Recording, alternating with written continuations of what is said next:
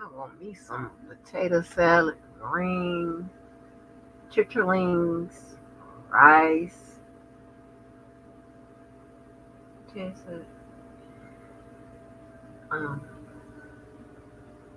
and put, oh, there you go. Hey, Hey, Mr. Andrew, how you doing? okay.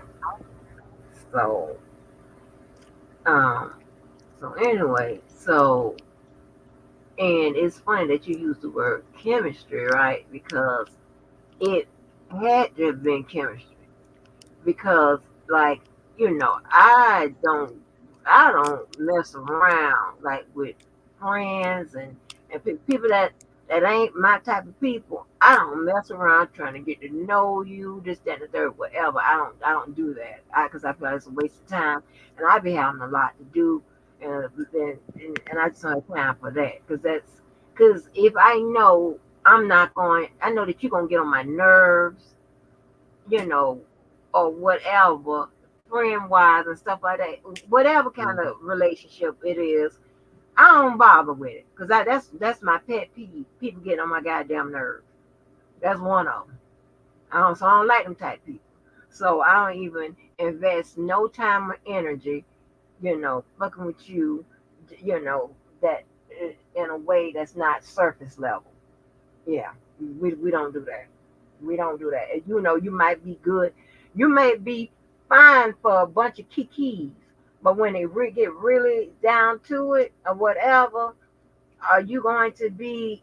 We're not going to be friends or uh, probably we'd probably be associates and stuff. That's maybe about it. And it'd be associates because maybe we either work together or we forced to hang together or some shit like that. But like you're not being invited to no party that I'm gonna be at or that no, not unless I need not unless it's one of them parties where everybody um you know it's just Hey, I look, as long as it ain't no freak off. oh gosh, no, that's crazy. That's crazy. But all, all that damn baby oil. right, and it's crazy that you use the word, about the chemistry because it was chemistry. And one thing about Yes, chemistry don't have anything to do with the outside because outside absolutely. he didn't qualify. He really didn't qualify.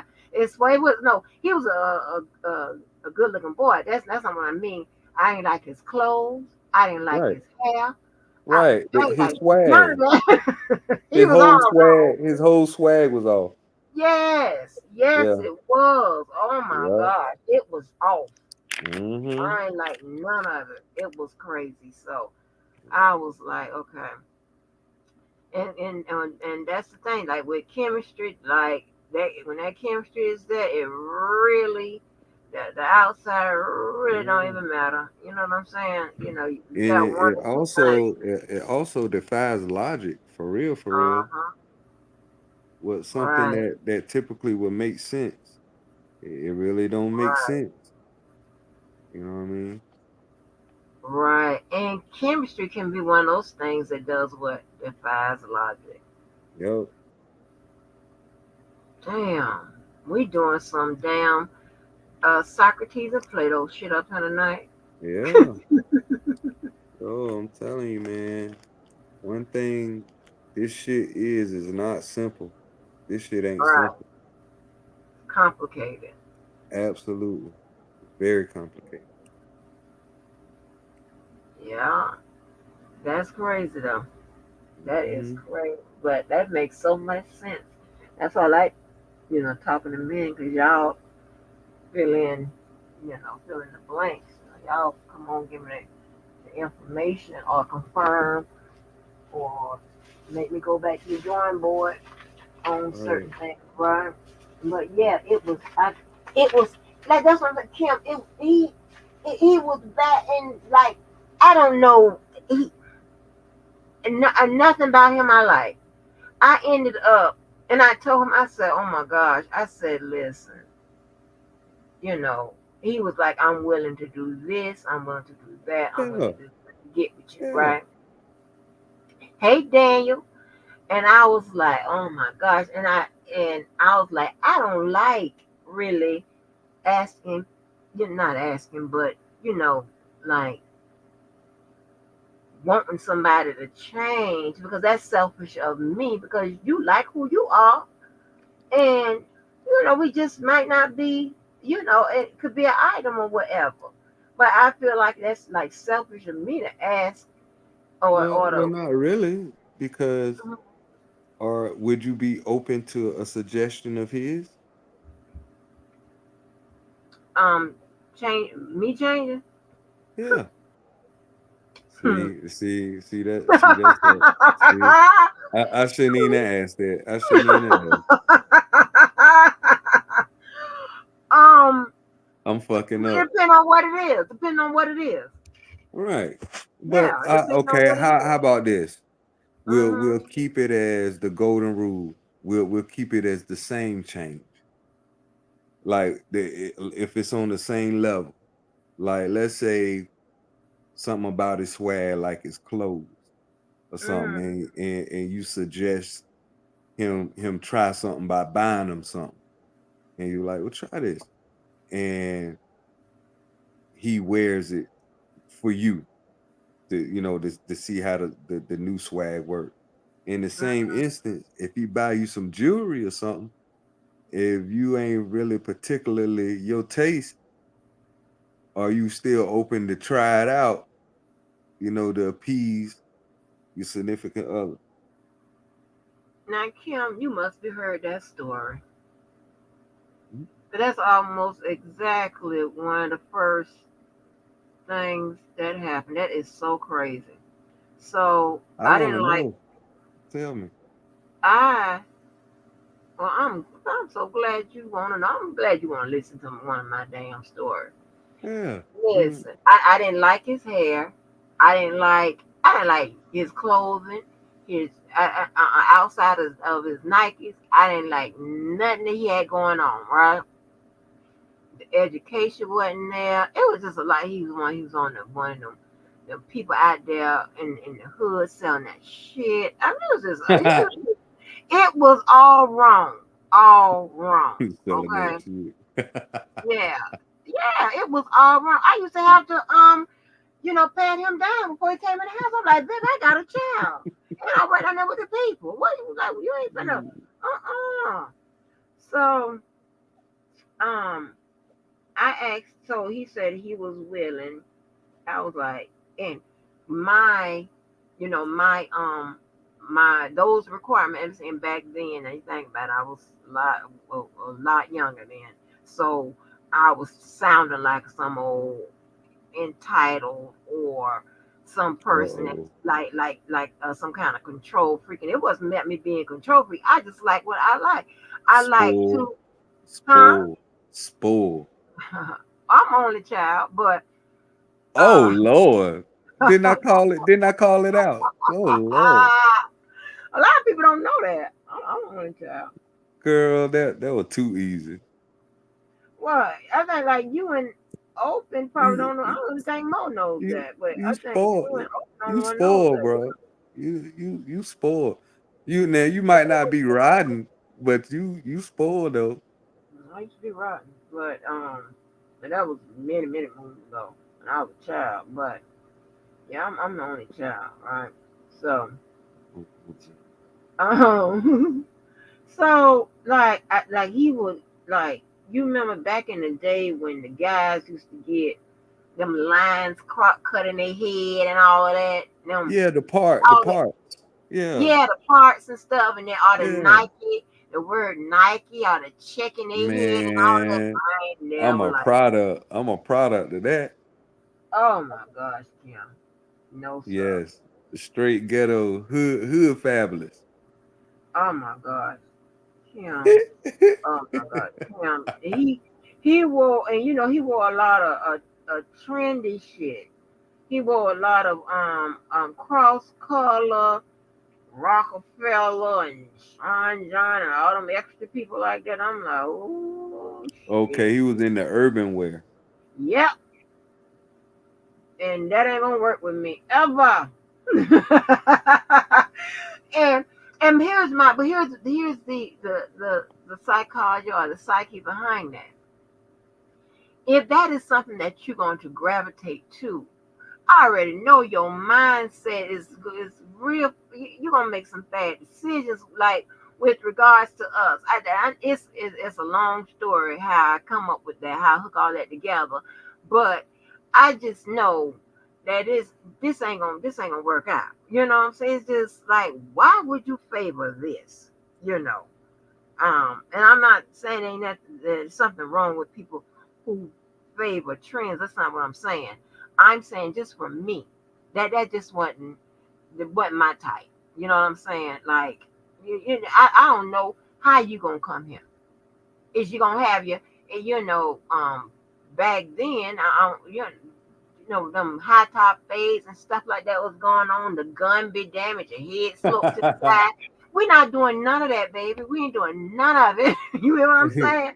Ever. Like and it was like, and that was one of the issues I had with Angelo, because like he had done okay. I'm okay. I was okay. I was okay, so somewhat. I could deal with the high top. All right, but when it got like quit, like I wouldn't where they head look like kid and play. I'm not doing that. I'm not doing that. What it was kid, I can't do that. And so Angelo was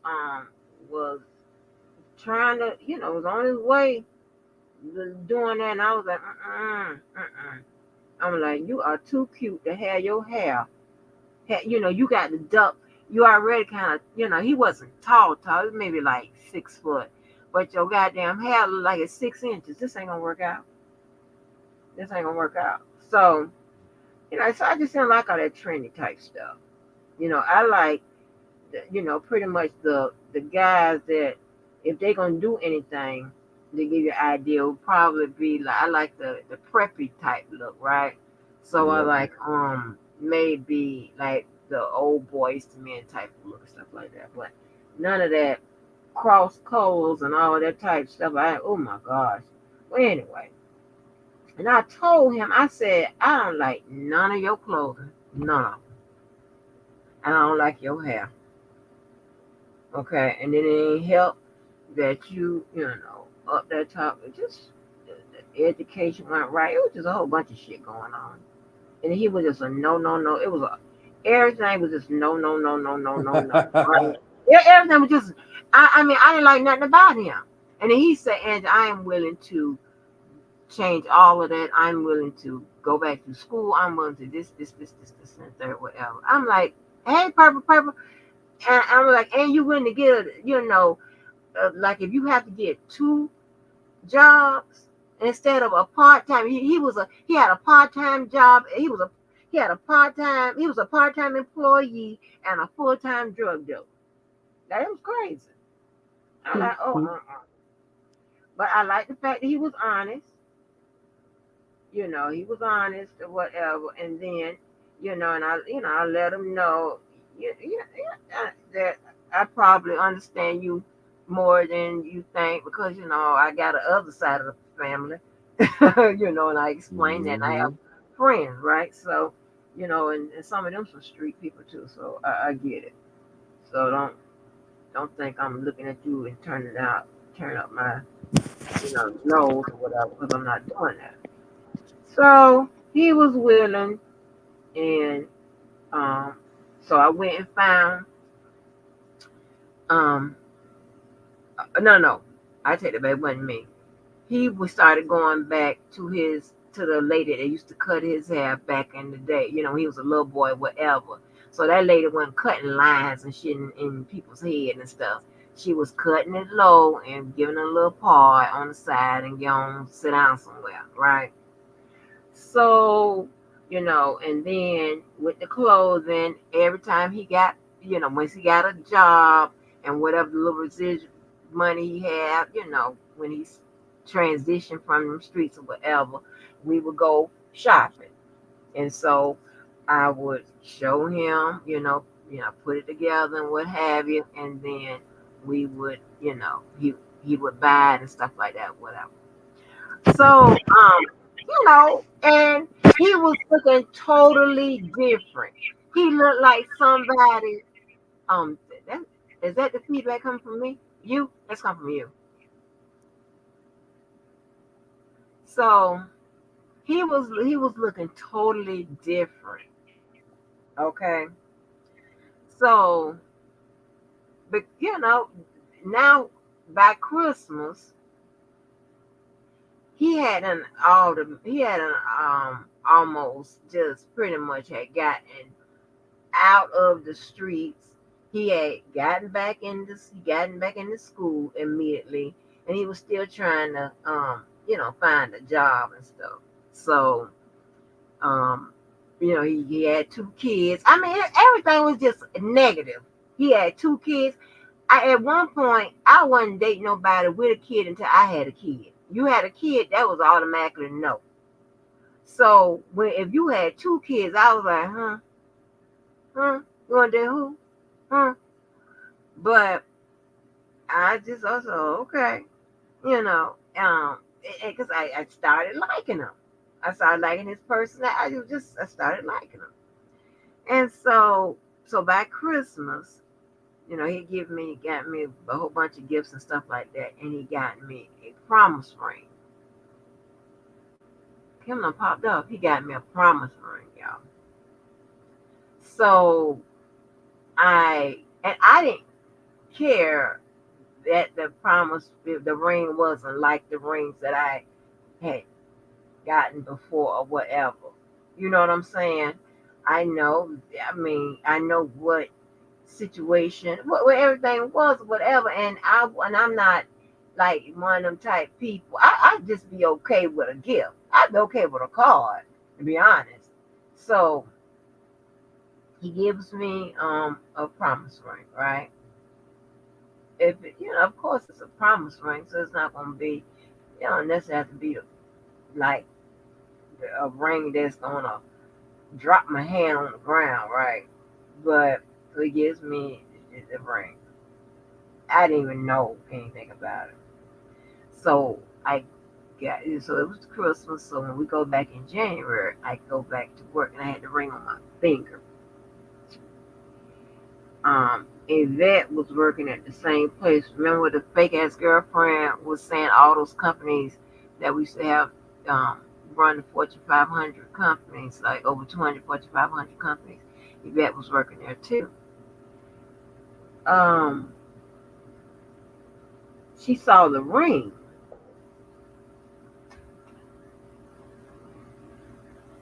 She saw the ring on my finger, and because she know how I am or how she perceived me to be, maybe like thinking it's all about the money, or I'm some kind of, however she thinks I am, well, but she definitely knows me well enough to know the things that would um would kind of have me looking, feeling some kind of way, right?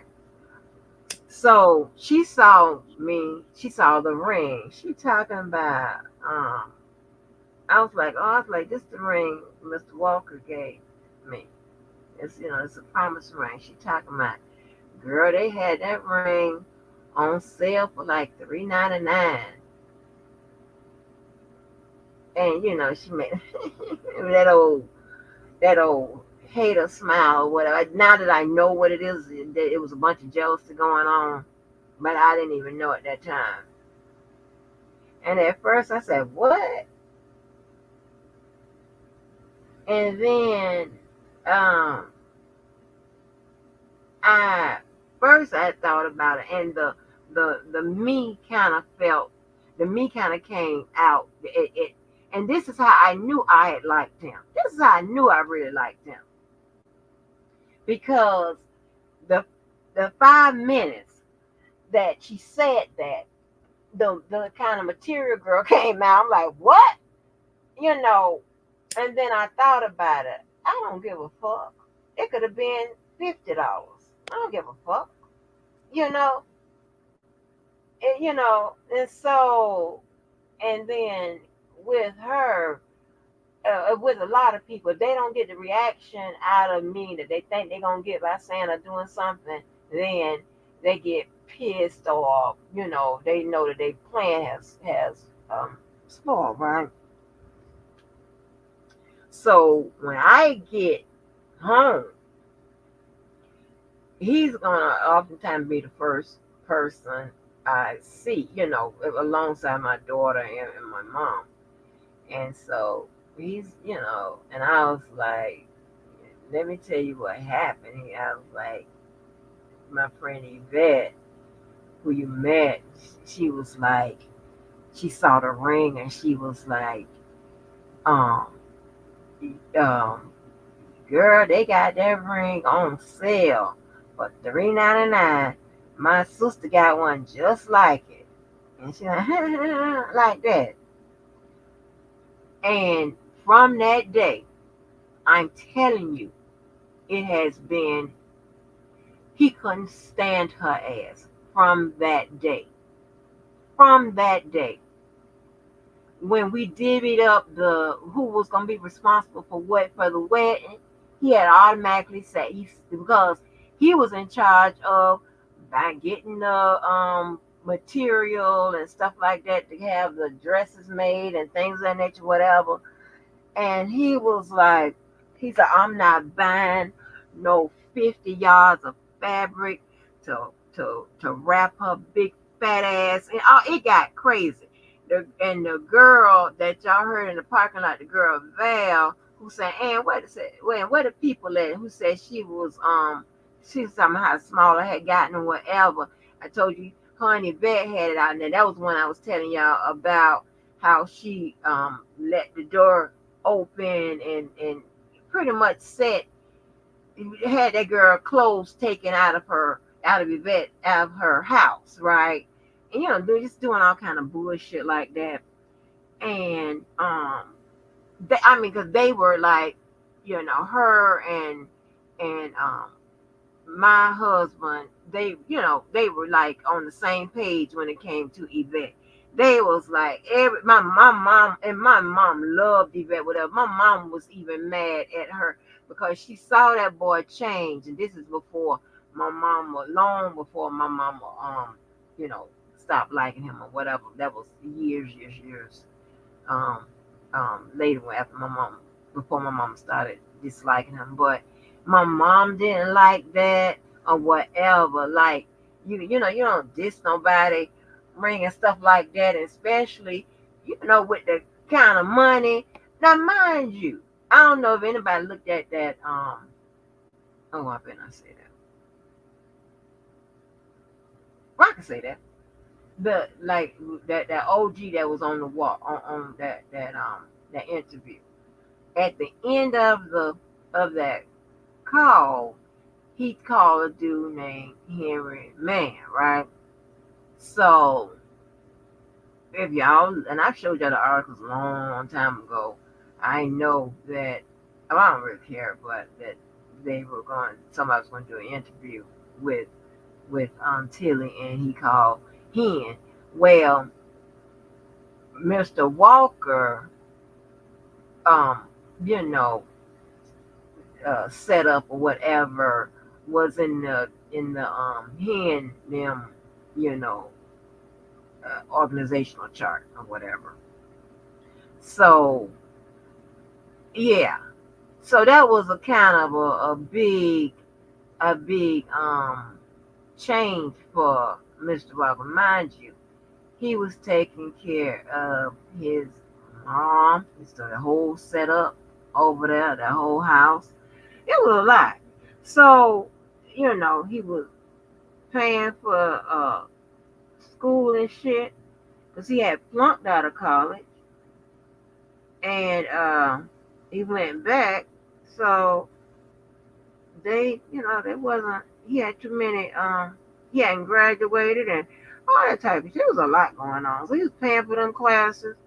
Granted, it wasn't that. It was a whole bunch of. It wasn't a whole bunch of money, but he just had a lot on him. Them kids wasn't gonna go without. It was crazy. And for her, it set a entire. It was no other friends that he disliked. He couldn't stand her, and he told me about her. He said, "I'm gonna tell you about her." And you couldn't tell nobody couldn't tell me nothing about Yvette, honey. Nobody couldn't tell me nothing about her.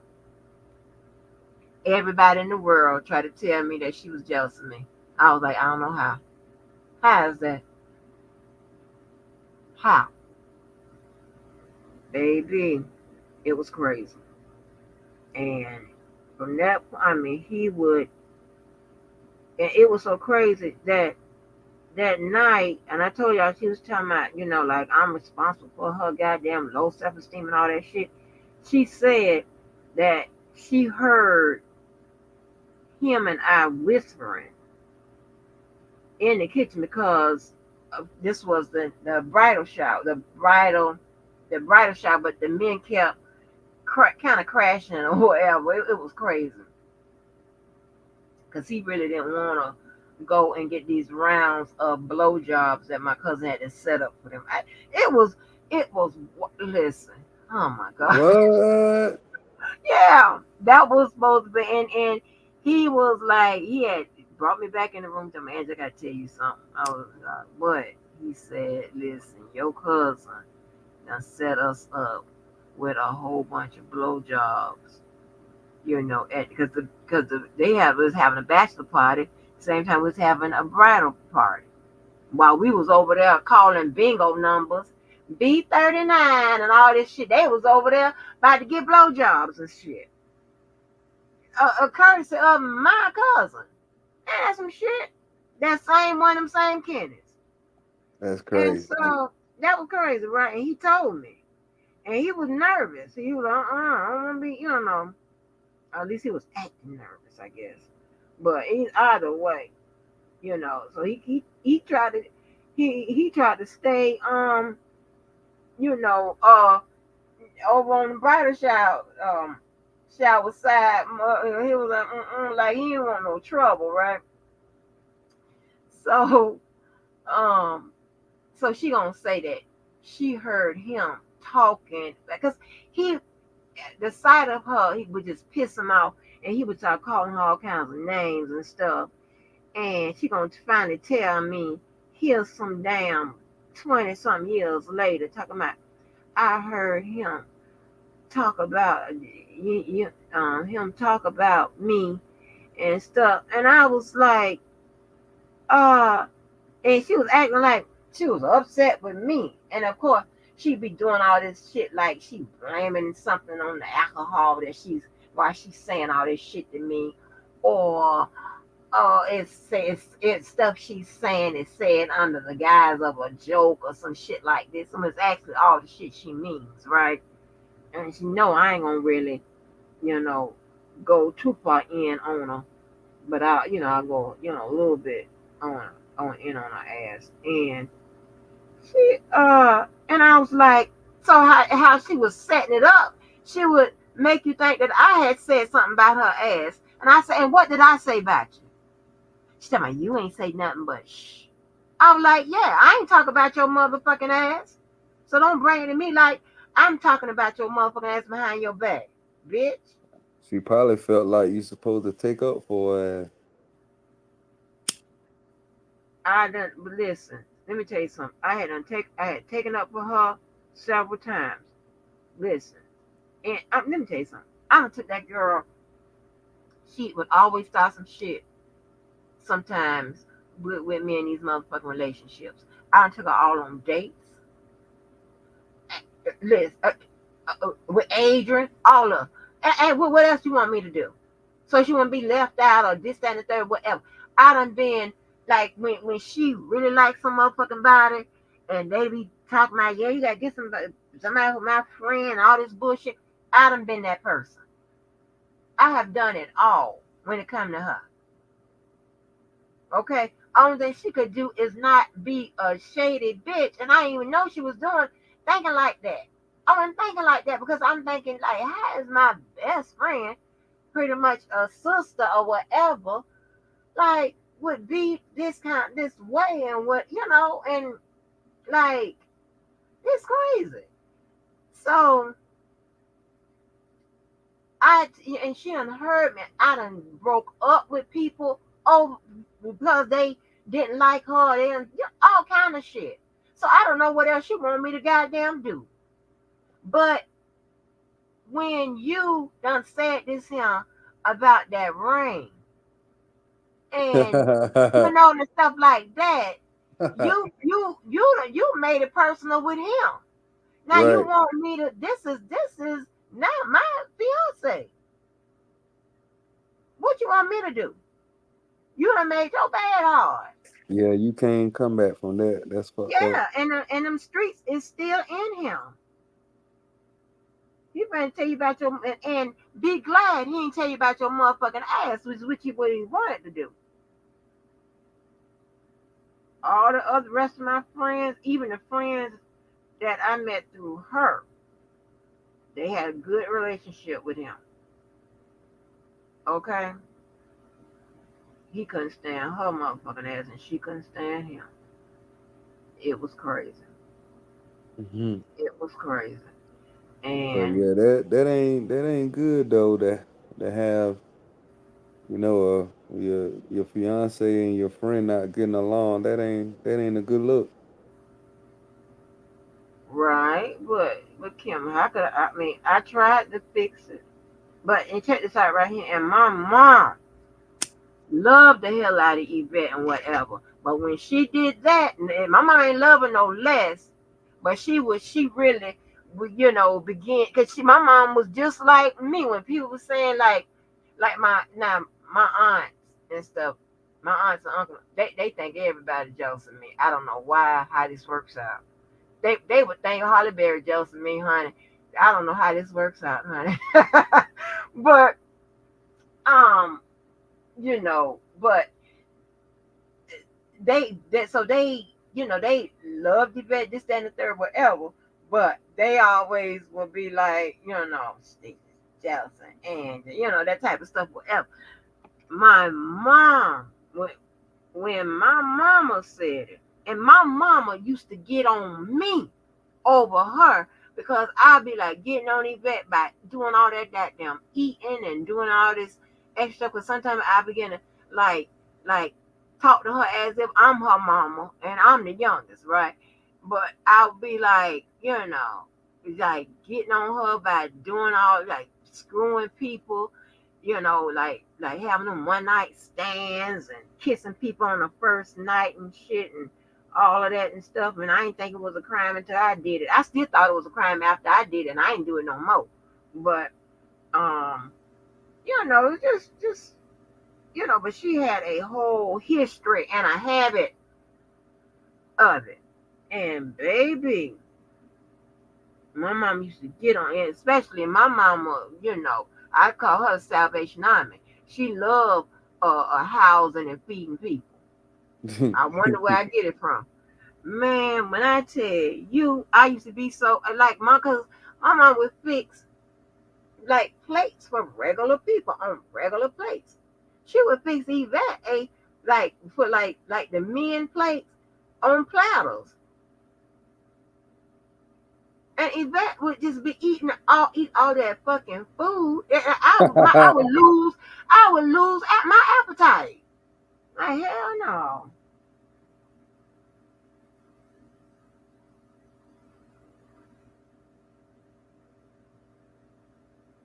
Mm-hmm. Well, I guess at the end of the day, man, it. I guess it's up to the person who you with. Do you value or do it even matter if your significant other and your best friend if they get along? Some people they don't give a damn. No, But I do know it. I do know though. I would say it's not a good thing because of the advice and shit. you are You right, Kim. you The know what I'm wise thing. saying? If you got a hater that's on the low jealous of you, and then she don't like to do you with, all the advice you gonna get is gonna be negative, yo. Nothing Yeah, to keep you together. It's gonna be negative, and you don't know where it's gonna come from. Oh, she done did all kinds of shit to break me up with people. And one time, she did tell me that she was with one relationship. She did tell me that she was jealous at all the time that me and the guy was spending. And I'm like, Yvette, I'm taking you with me. What are you talking about? And I ended up breaking up with him because he didn't like her and all this extra shit, right? Chose the best friend. So, and I don't know if she had gotten, spoiled by that because she always, thought that was going to happen or whatever. But it was crazy. And my thing is, like, my people picking process is so good to where all my friends and my boyfriends, everybody gets along. Um, and like the non-traditional families, we all everybody's good. Everybody is good. Because I do such a good job at that process. You know, but you right, and because if you don't do a good job and you just bring anybody into the mix, you're gonna have a whole bunch of problems. See, I look at that shit down the long run. I don't just be like, well, I love them. Who gives a fuck if you like? I don't do that because I have to look. I know why the hell you don't like them because I got good. I'm gonna pick them. I'm gonna love them just for more than. And then the people that you pick, they gonna see shit. You know what I mean? And you got to Uh have confidence in what they say because you picked them to be your friends. So they, huh. You're you know right. what I mean? So You're they right, could Kim. be, yeah. You writing the Bible tonight, baby. You writing your own kind of little Bible. But Shit, you helping me with your stories. Shit, to be mindful of my circle if I choose to expand it like that. You know what I mean? Like evaluating how friends like interact with your significant other. Like that could let you know some shit too. oh yeah, let me tell you, and that comes from that training and teaching can comes from my family, and it comes from much older friends, right? The people I know, like the grandmas and things like that in the neighborhood. That come, from them. And when I tell you they've never been so right or whatever. Oh my gosh. I can't even go into how much much shit I've avoided by just picking the right people, picking the right. I mean, it gets to I pick the right jobs, the right Yeah, position, or whatever. You ain't gonna stress me the hell out, and you understand what I'm saying? I And mean it's gonna be every decision you make is literally a reflection of you at the end of the day. right, So right. you can't like that. There's gonna have to be some accountability at some point. You Mhm. just you can't pick something and then renege on it when the shit don't go your way. Right. And decision, like in my little when I used to go around and do them little supposed to be motivational speeches or whatever. I always say the decision you make 5 years, um, 5 years ago set you up for 3 years ago. The decision you made 3 years ago set you up for 1 year. You know what I'm Yep, saying? And and absolutely. and that's what it is. And I and agree with that. I'm telling you, and that's why my life pretty Yeah, much. you could expand that bitch like the decision you can make 5 minutes can affect your ass 5 years from now. Oh yeah. Oh, I like that.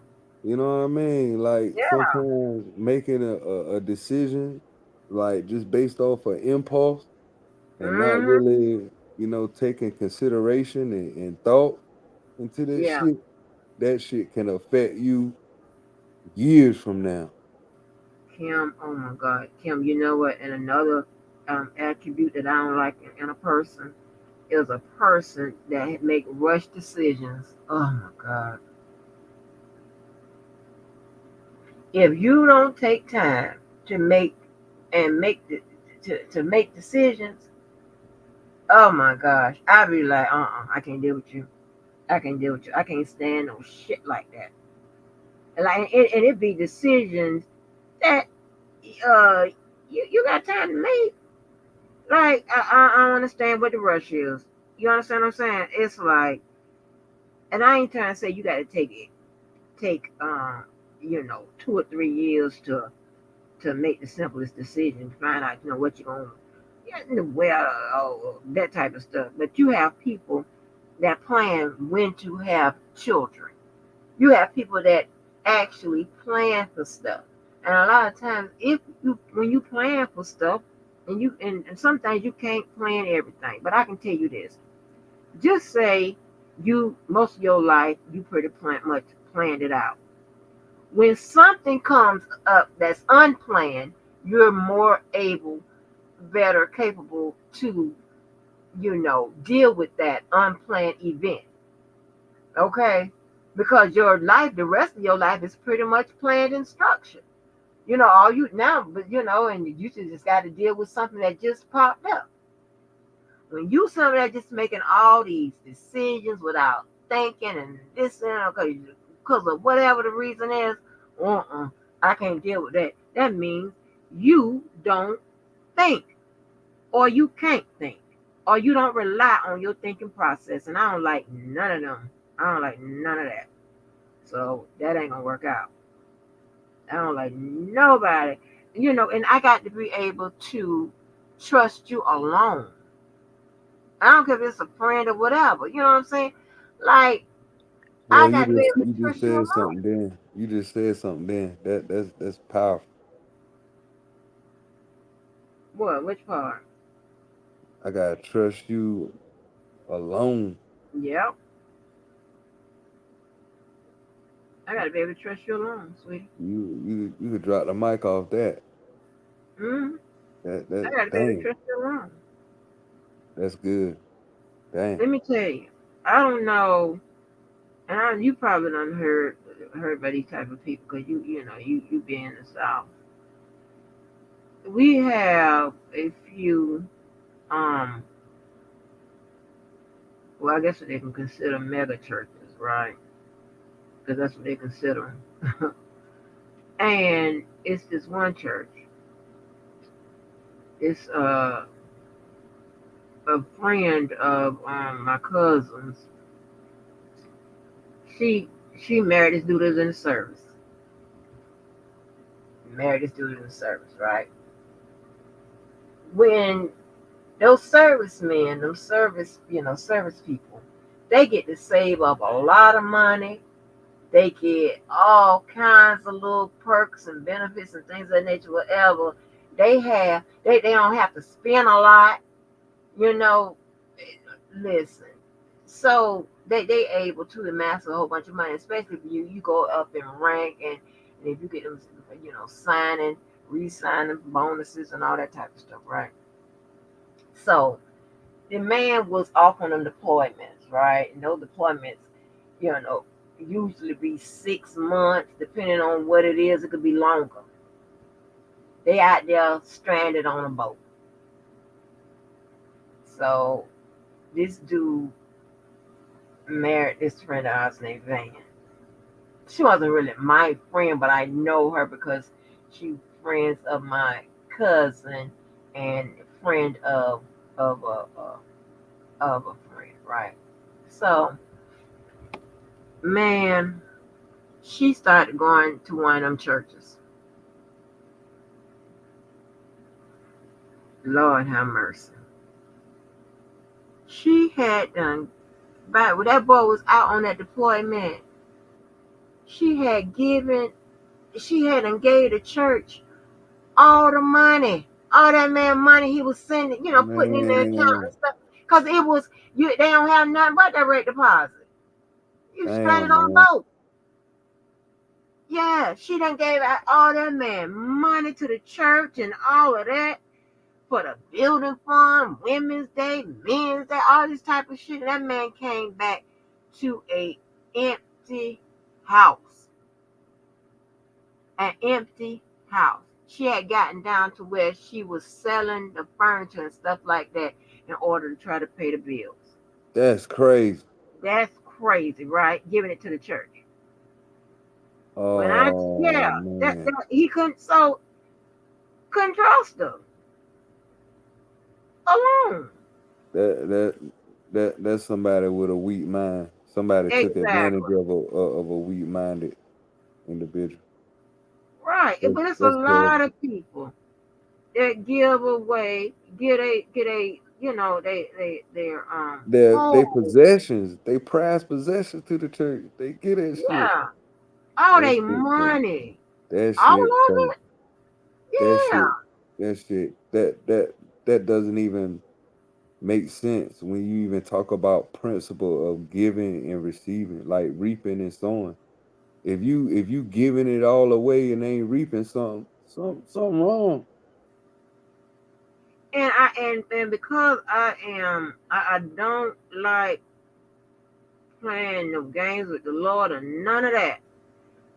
But sometimes I be just be wondering because I don't know, did I do right or whatever.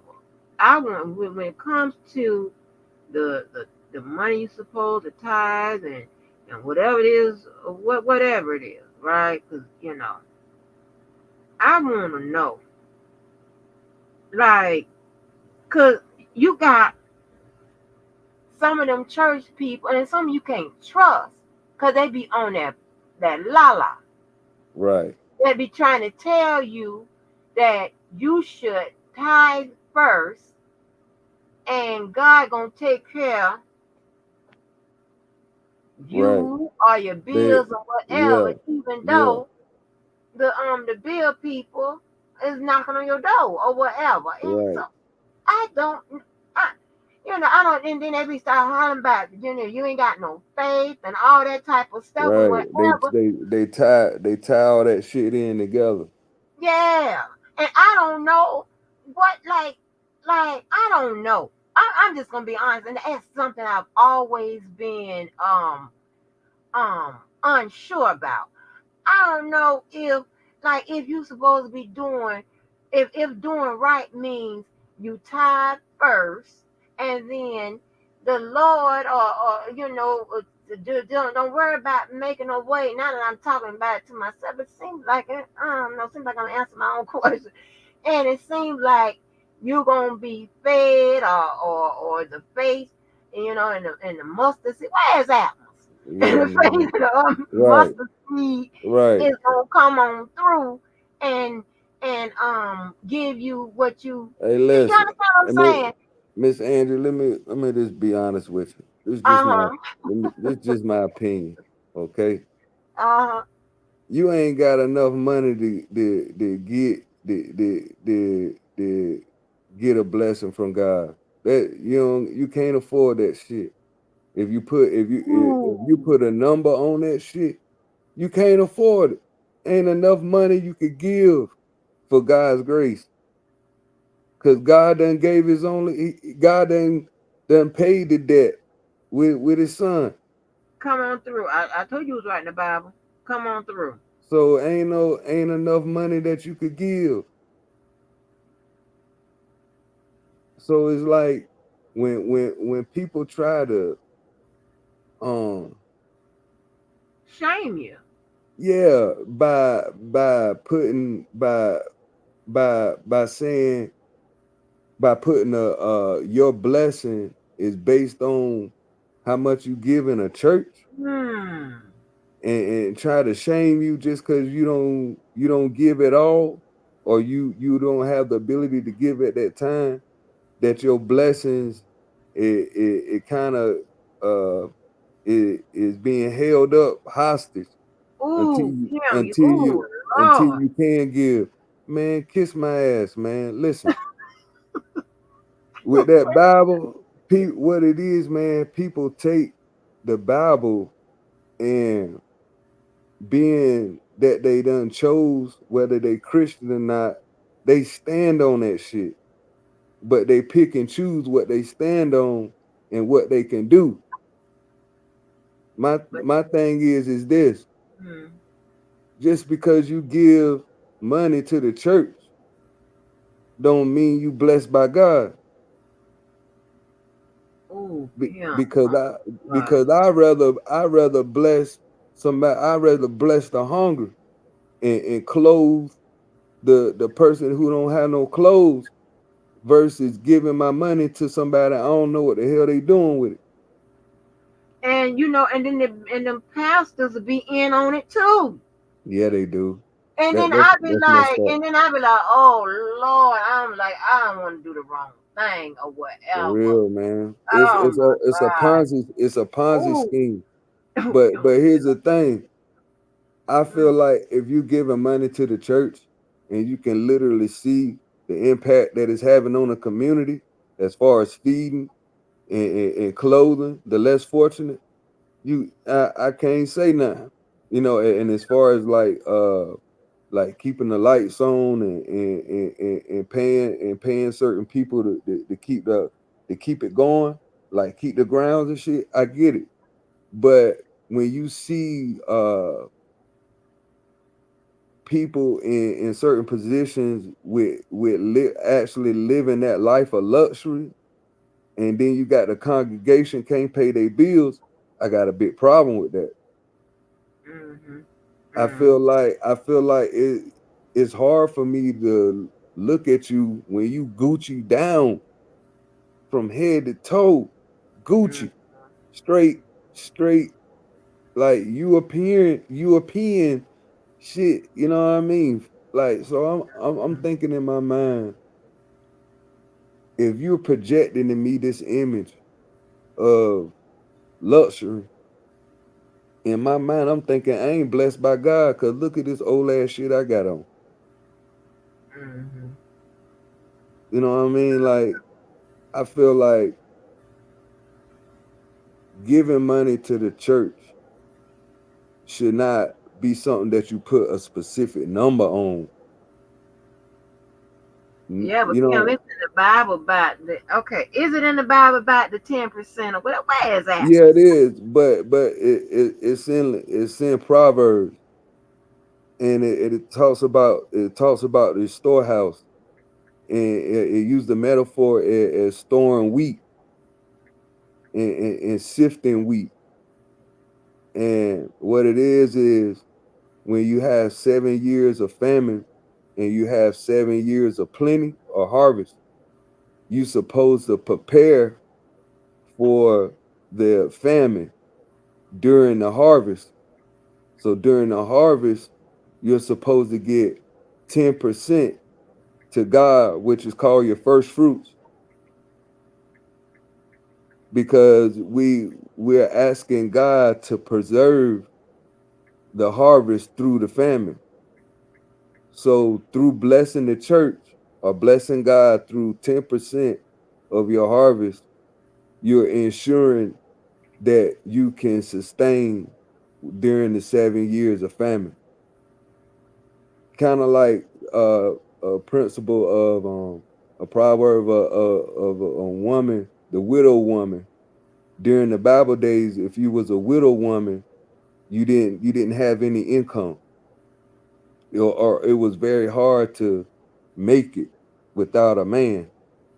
So the woman started a oil selling oil out of her crib, but they ran into a situation where the governor at that time was gonna take her damn house and shit because she was a widow and she was in debt. So she prayed to God, and God gave her specific instructions on get some candlesticks, and you know what I mean, he did whatever, and he was able to sustain the little that she had. She was able to not only pay her debt but have enough to last her, you know what I mean, throughout the winter. Mm-hmm. So it's like the giving principle of reaping and sowing through blessing God's house, I get. But what I don't get is you putting a damn number on it, like you're a damn tax collector or some shit. Like putting 10%. Like, where does that number even come from for you to think of something like that? Now we talking about numbers and what numbers mean in the Bible. We could do that too, because 10 means testament or testing. So I get it. You know what I mean? So when you talk about taxation without representation, I get it. But when you start talking about taxing something that's not taxable, because to my understanding, the church is like a nonprofit, right? All that shit can be written off, right? Yeah, if you apply for it, yeah. So tell me, if all that shit could be written off, I don't got the answer for shit. Why am I getting a specific 10% of that shit? Why do I gotta break it down like that when y'all don't even got the answer to the government? But ain't it in the Bible? If I'm not mistaken, and I may be wrong, but I ain't. I'm just saying. Let me not say that. But I'll say it in a general term.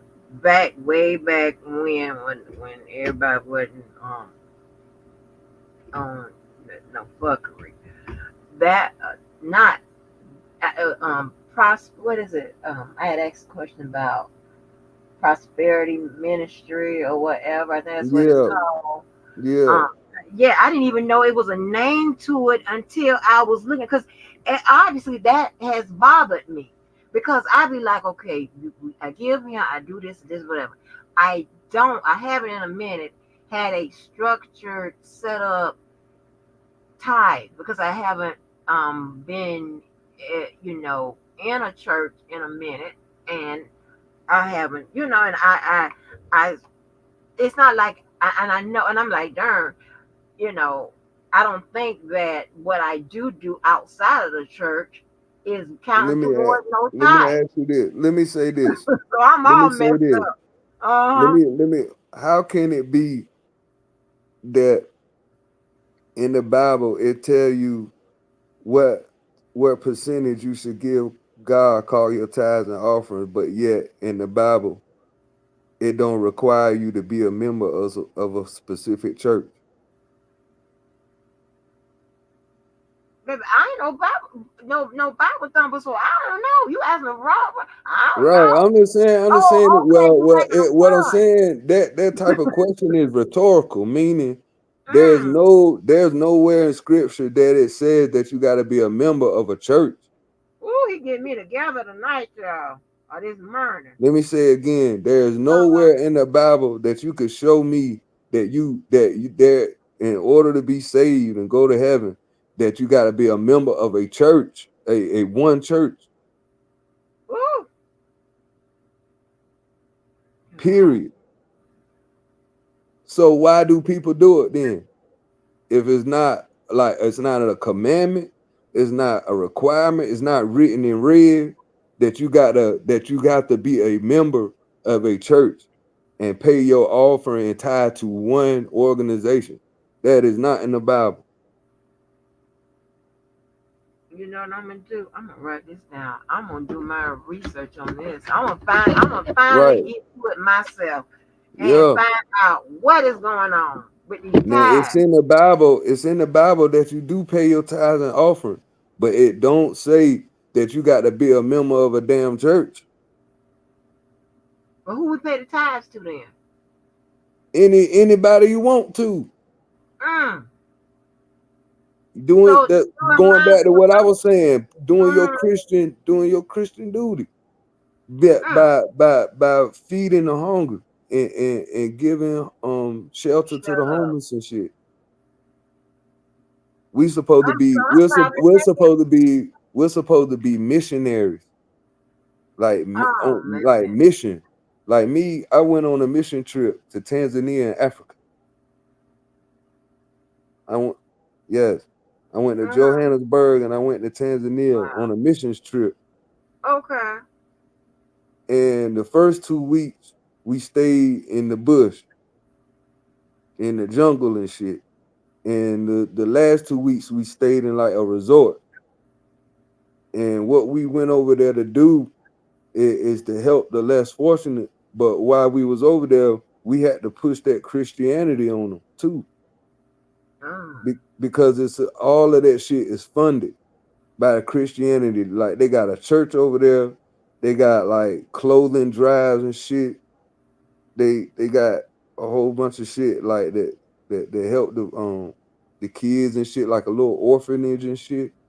right, So it's like, to me, you worried about a goddamn 10% when you mm, got people giving their whole life to mission work all over the world. right, oh yeah, you Like right, really, really helping people.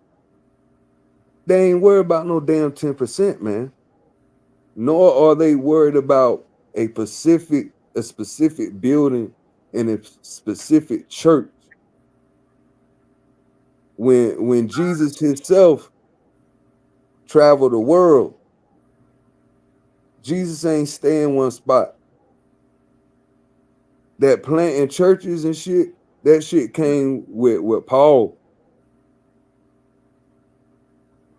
oh wow, And what, Paul wrote 70% of the Bible. Luke, John, James, all that shit is written by Paul. Mark, all them books, all the New Testament, that's Paul. All the letters to Corinth, all the Psalms, that shit Paul. He wrote what that. you on? You giving us the information, baby, it's on the record. Damn right. Boy, you giving us the information tonight. I ain't see. I don't know nothing about none of that. Cause I read all that shit. I feel like a person that just read one thing, you Uh kind huh. of giving yourself a cap on understanding and relating to people when you talk. But when you can read the Quran, you can read the Bible. You know what I'm saying? You could read the Torah. You could read the Kabbalah and get a perspective of different people culturally. You won't. It'll cause you to kind of be open minded and understanding that people's opinions are subjective. Right. You see what I'm saying? And even though you might not agree with what a person is saying, being that you're kind of well versed in what they're talking about, you're Mm-hmm. able to plead uh your idea and maybe persuading them to see things your way because you took the time to to what I mean, dive into their culture. Mm-hmm. And a person who can see that you did that, or you can convince them or anything. So you can convince somebody of becoming a Christian. Why? Because you done read the damn Quran to the Muslim. So you spitting the same shit he know and live. So Mm-hmm. you're able to persuade somebody to maybe perhaps walk into a Christian church and at least see what this dude talking about. Yeah. Or on the flip side of that, you also to the people that haven't read all of that, which be me or whatever. You are able to convince people of one religion or the other one, Yes, especially if ma'am. that person doesn't have any knowledge of what you're talking about. Yes, ma'am. Because you at that point you are the expert in that situation. So guess what? The power lies in your tongue. Thank girl, you just said something. And The that power lies especially, in your tongue. You yes. finna, you finna send them wherever you want them to go. That's it. That's And what at I'm that like. point, He's yes, expert. ma'am. And I feel like that's what's wrong with Christians. I feel like they're not understanding the significance and role of the witness that they're playing, but yet they trying to get them the get to know a God in 30 seconds. Mm-hmm. You know what I'm saying? Like a relationship with God doesn't develop by the time I'm done talking to your ass. You know what I'm saying? You gotta give shit. You gotta give God a chance to convict the person's heart, man. Mm-hmm. When is God gonna play a factor? Like you got to set the shit up, and the way that they gonna see God is through you. The way Right, that God gonna convict their heart is through you. right, So you right. right, Miss Angie. Like that there's it's gonna be kind of hard to convince somebody of something that you can't see. You can't see, touch, you can't. You know what I mean? Mm-hmm. So their only example is whatever you kicking to them or Right. whatever you trying to sell them. Exactly. I Exactly. agree. So yeah. So Mhm. I mean, and that's because I baby, what little bit I done read, baby, I done forgot that way back when. I be like, okay, I said, okay, well you the expert on that, and I have to trust the people that around me. You understand what I'm saying? That they gonna tell me the right thing. That's where that people picking process come in at. I got to be able to trust this person. But one way that you could do that is cross reference people by them giving you proof. If I'm just kicking, that's what preachers doing now, kicking a whole bunch of bullshit in the pulpit, and people just going along with it, and there ain't nobody cross referencing nothing in the Bible, nothing. I am so shocked to see so many people go to church and don't know the Bible. What where they do that at? Oh, listen, me, because if I start back going, listen, I'm gonna when they said turn to such and such, I'm gonna go to that table of contents and I'm trying to figure out okay where it is. Listen, unless they talking about Matthew, Mark, Luke, John, I know that's in the back, so I know to go back there. Other than that, that's why I'm be at looking in their opinion. I'm And, telling you, and you ain't even yeah, got to do that. They got Bible apps now. Go right on your phone. mm-mm, Look at what yes, ma'am. Look at what it listen to what that preacher's telling you, and look at the context as a whole and not a specific part that's being pointed out. A motherfucker tell you the text and shit, where it coming from. He don't even start at verse 1.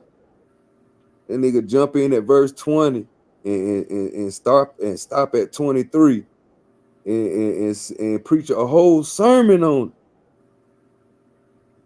it. mm, Three mm-hmm, verses or one verse. That just pick up one and preach something that's supposed to be life changing. right, Man, what? And then on top of that, they got the nerve to pay this motherfucker. right. Man, kiss my ass, man. That's some bullshit. Oh, That's yeah. some bullshit. All I gotta do is get up, say a Bible verse, preach on it for 45 minutes, and cut me a check at the end, and I can keep that shit going. Man, nah, man. Like we gotta stop. We gotta stop with this shit, man. Right. Like Yes, like you we said, you gotta look have at a TD strong. Jakes and the dude from Texas that got a mega church, Ivy Hilliard. Who is Look at what's that? going on with it. It's Oh, another dude. Yeah, that he got a mega church in Texas. He okay. going through some What shit part of right Texas? now. Ivy Hilliard. Oh, I don't know him. Damn. Black Yeah, guy, he white guy. black dude. Oh boy, they gonna get him. Oh yeah, oh yeah. What he say? What he say? What they say he's doing?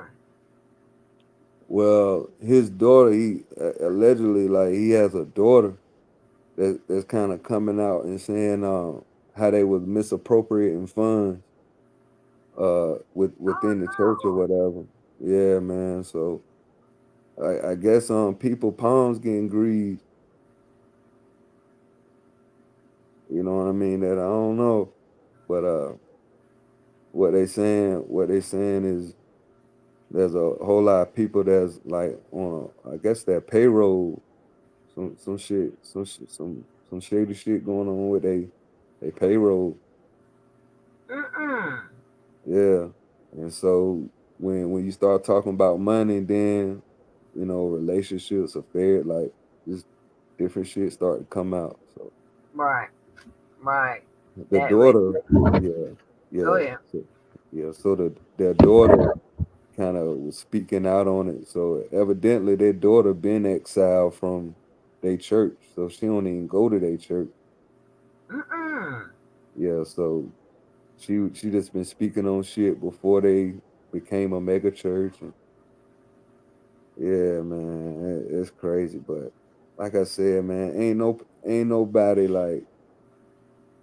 And I put it to you this way. I'm gonna just keep it real. And from what I seen, when you got that type of influence, they ain't gonna let you in unless you got a little dirt on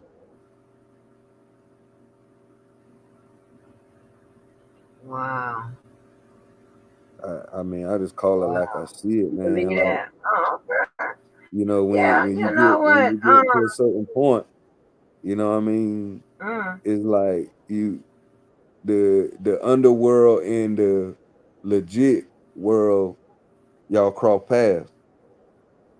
mm, yeah. Like the higher up you go, you start to see you really in the room with a lot of criminals. Oh yeah. You know what I mean? Yeah. Not no low level shit. And so I feel like when you got them certain gatekeepers, you got to have certain level of dirt on you for leverage in order for them to let you in. Kind of like with this P. Diddy thing. Look at it. Mm, The man literally had people on tape of some of the most powerful like figures in the entertainment and political world. Can you imagine the people that's on them hundreds of tapes, Miss Andy? I can. You don't even want to know the names on 'em probably, do I you? really don't. But you know, and it brings me back, and I asked this question today. What would you like? Remember after P Diddy, um, after that tape come out, him and Cassie, right? He did another live, an Instagram live, calling out the names of certain celebrities. Just calling the names out. I don't think they never did give reason why he was calling out the names or whatever. So that, of course, that's where speculation started. They were saying that they think he was doing it to say, you know, why y'all ain't coming out and supporting me. This is a list of my supposed to be friends. Why y'all ain't acting like y'all friends of mine now? Or he was saying that y'all are some of the ones that was involved this BS that's going on with me now, and y'all ain't saying nothing. You know what I'm saying? But he did a live, and he came out. He started calling people's names just randomly, calling people's names. And if I'm not mistaken, he never did say why he just calling people's names out. And he was acting, doing goofies, acting, smiling, but he was calling Hmm. all those celebrities out. I ain't lying. Hmm. I know And you ain't lying. I was like, and I was trying to find the video. I'm gonna try to go back and see That if sound I like can something find he would do. You remember last Halloween that nigga dressed as the Joker? it. Yeah, and then people told him to stop dressing like that. the Damn um the, crazy. the Lakers. Yeah, Yeah. he was sitting down in that same spot in which he filmed the video of him apologizing to Cassie. Oh, okay. Yeah, he did a video of him calling out celebrities' names.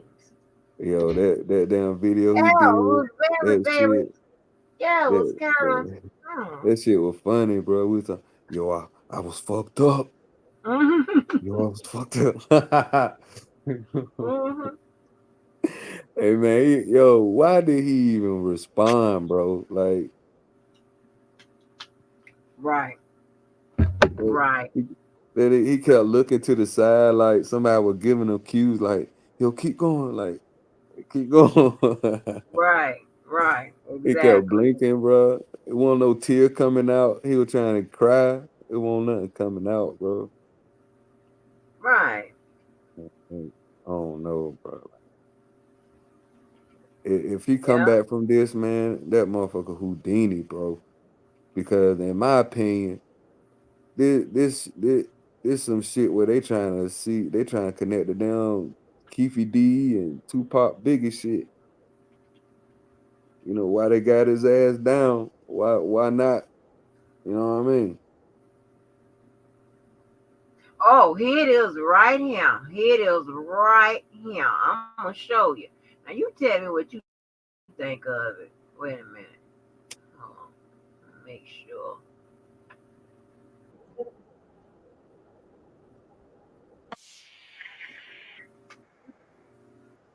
Hold on. The same. Yeah. Hold on. They say Diddy drops the names of every celebrity on his party guest list. Oh, that's what he was doing, his party guest list. But it came. I don't know if somebody resurfaced this. They try to put the shit together. I don't know. You know what we ain't seen yet is the Epstein flight list. Whatever fucking happened to that? Yeah. See?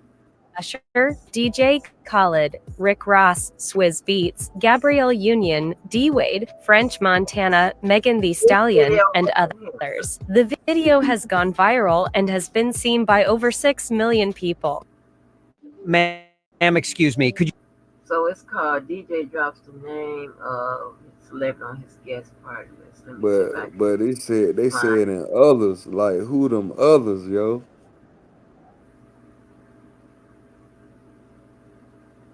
Man, Um, don't nobody give a damn about no French Montana. why everybody always kicking French Montana? French Montana swear he is a. Oh, here it is right here. This the video right here that I saw with him and the little girl with the daughter. Here it is right here. Now you tell me what you see. There it is right there. It's already up there. Okay, let me go back and hit play. Okay, are you ready? Drum roll. Drake, Oprah, J-Lo, A-Rod, Will Smith, Alicia Keys,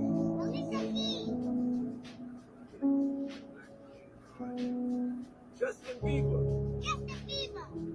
Kevin Hart, Mark Wahlberg, Snoop, DJ Khaled, Swiss Beats, Kelly Rowland, Chris Brown,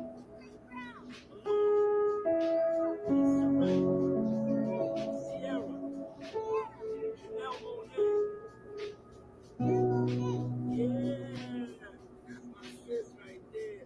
Lizzo, Megan Thee Stallion, J Balvin, Naomi Campbell. That's your auntie. That's Naomi Campbell, your auntie.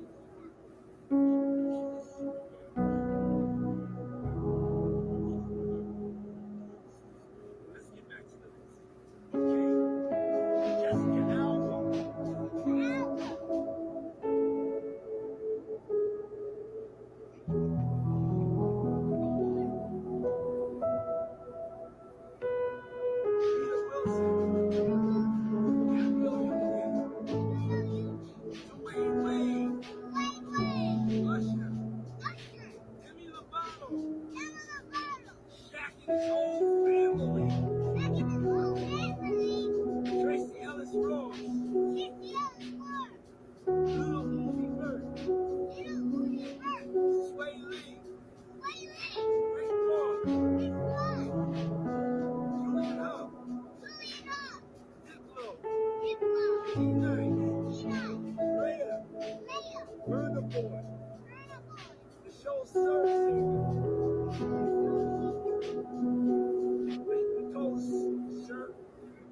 Nicole Scherzinger. Nicole from the Pussycat Dolls. See, Nicole from the Pussycat Dolls. That's right. Paris Gold. Cara Delevingne. Buddy Holly. French Montana.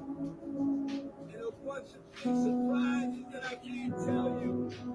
And they're so big, sometimes they get busy and they forget that they committed to answer the phone and it's Easter. So, but tomorrow, on my Uncle Vinny's Live,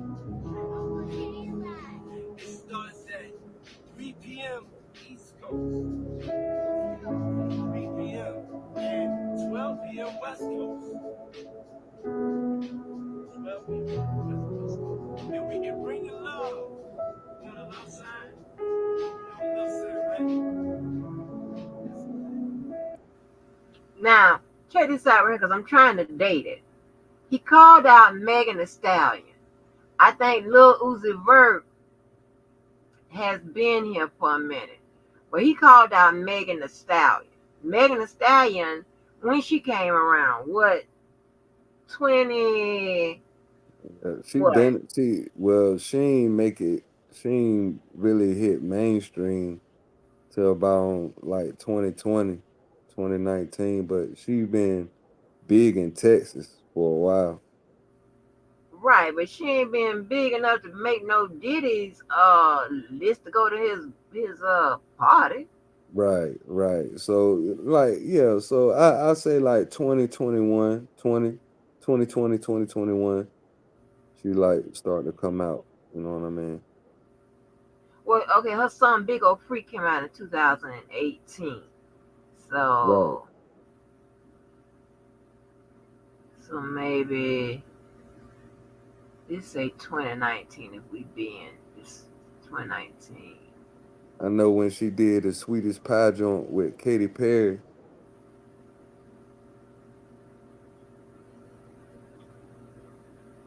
Okay.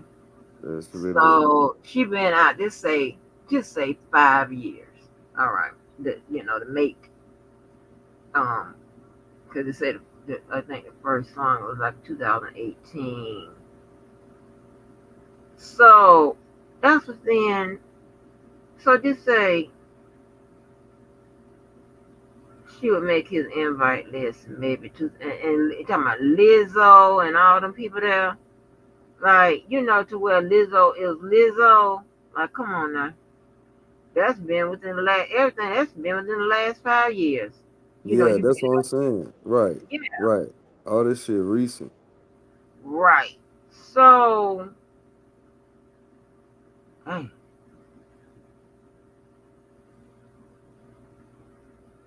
mm, And the little kid that was that a list for like one of his like a birthday party or something? it's a list for I think it's what is it list for Diddy's party. I don't know if it's a birthday party or Christmas party. See, that's why I hate when people when they be putting shit up on TikTok and Facebook and all of that. They don't know, depending on where the source comes from. Cause now it got me confused. Cause cause the source I used said it was they just did it after after the what's the name came out. The cancer video came out, and now I'm Oh, showing, yeah, now I'm showing that several people saying that video been out. Like what the hell? So I ain't really do my work. I just took the word for somebody. See, that's why I like doing that. yeah. I know Mm. that Cassie video that was 2016 one. Yeah, but it just can't hit the hit the streets. When? Um, Shit, a few months ago. right, 2024. Yeah, man, Yeah. that shit crazy. That's when he came out with that video. Yo, I was fucked up. I was fucked up. I was fucked up, man. You know, everybody got problems. You know, I need help. Right, and it'd be so amazing to me how when your ass get in trouble, I ain't never seen so many people say they were on drugs or alcohol and they getting treatment or some kind of mental health. They know they mouthpiece know what to tell them. Listen here, if somebody have one of them celebrities um have a breakdown or whatever, they call it exhaustion. I'm like, no, your ass having a mental down breakdown. Kind of dehydration and exhaustion.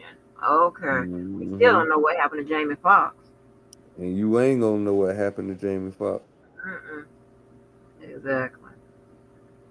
But what they sold you is what this nigga what he he passed out and he had to go to the hospital and then all of a sudden he was released and playing playing top golf.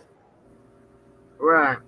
And here's the thing about him. I know one time he said that because he was roofied at some point during his life, um, sometimes it makes him, you know, his body or do something. He reacts to it or whatever. I'm like, wow. Well, it's I funny, didn't know. Miss. Hmm. Well, I was saying it's funny, Miss Andy, that you mentioned Jamie Foxx because he was the one that kind of went public talking about them Diddy parties.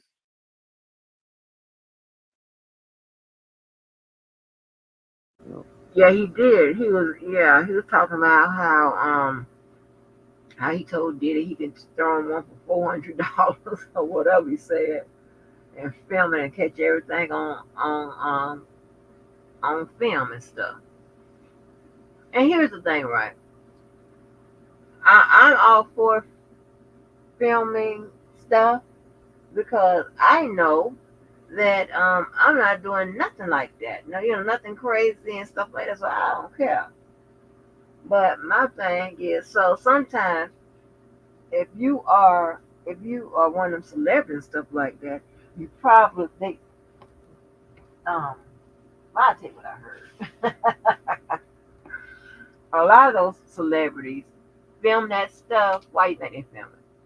Other than you know, won't like with the freaky stuff, where the personal freaky like I ain't talking about like the personal sex tapes. I'm not talking about that between. A lot of them film it too is because of liability. Because just in case somebody say that they didn't agree to do, yeah. so and so, they got the tape, they Oh got yeah. NDAs, they got all kind of shit going on. Oh yeah. So a lot of people think that that it's just for them to go back and visit it and get their sex on, get their jack off on or whatever. That's not necessarily always the truth. I mean, yeah, they can use that to go back to look at whatever, but they got a great, a large amount of other people on those tapes, and then they got them NDAs and shit, and they a lot of it do it for um liability. Liability and leverage. Oh Lord, here your conspiracy.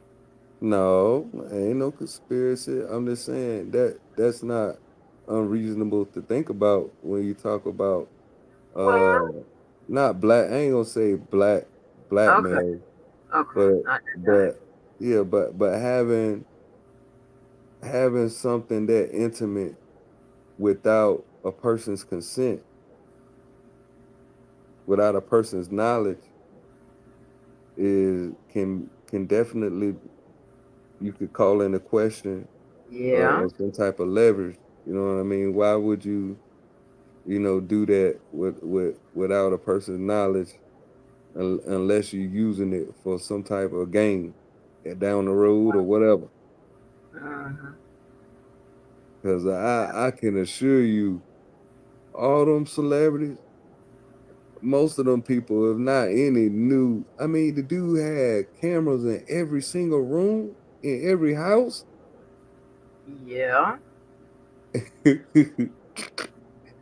Yeah, because the tell club had a lot going on, and so that's a lot of, that's a lot of lawsuit, and that's a lot of that's a lot of lubricant, man. yeah, exactly, and God. he he's not the best on paying his artists and his talent and stuff Yeah, like that, but yeah, he puts a lot into them parties though. he So people does. have a good time. Wow, Miss Angie, that's a great observation.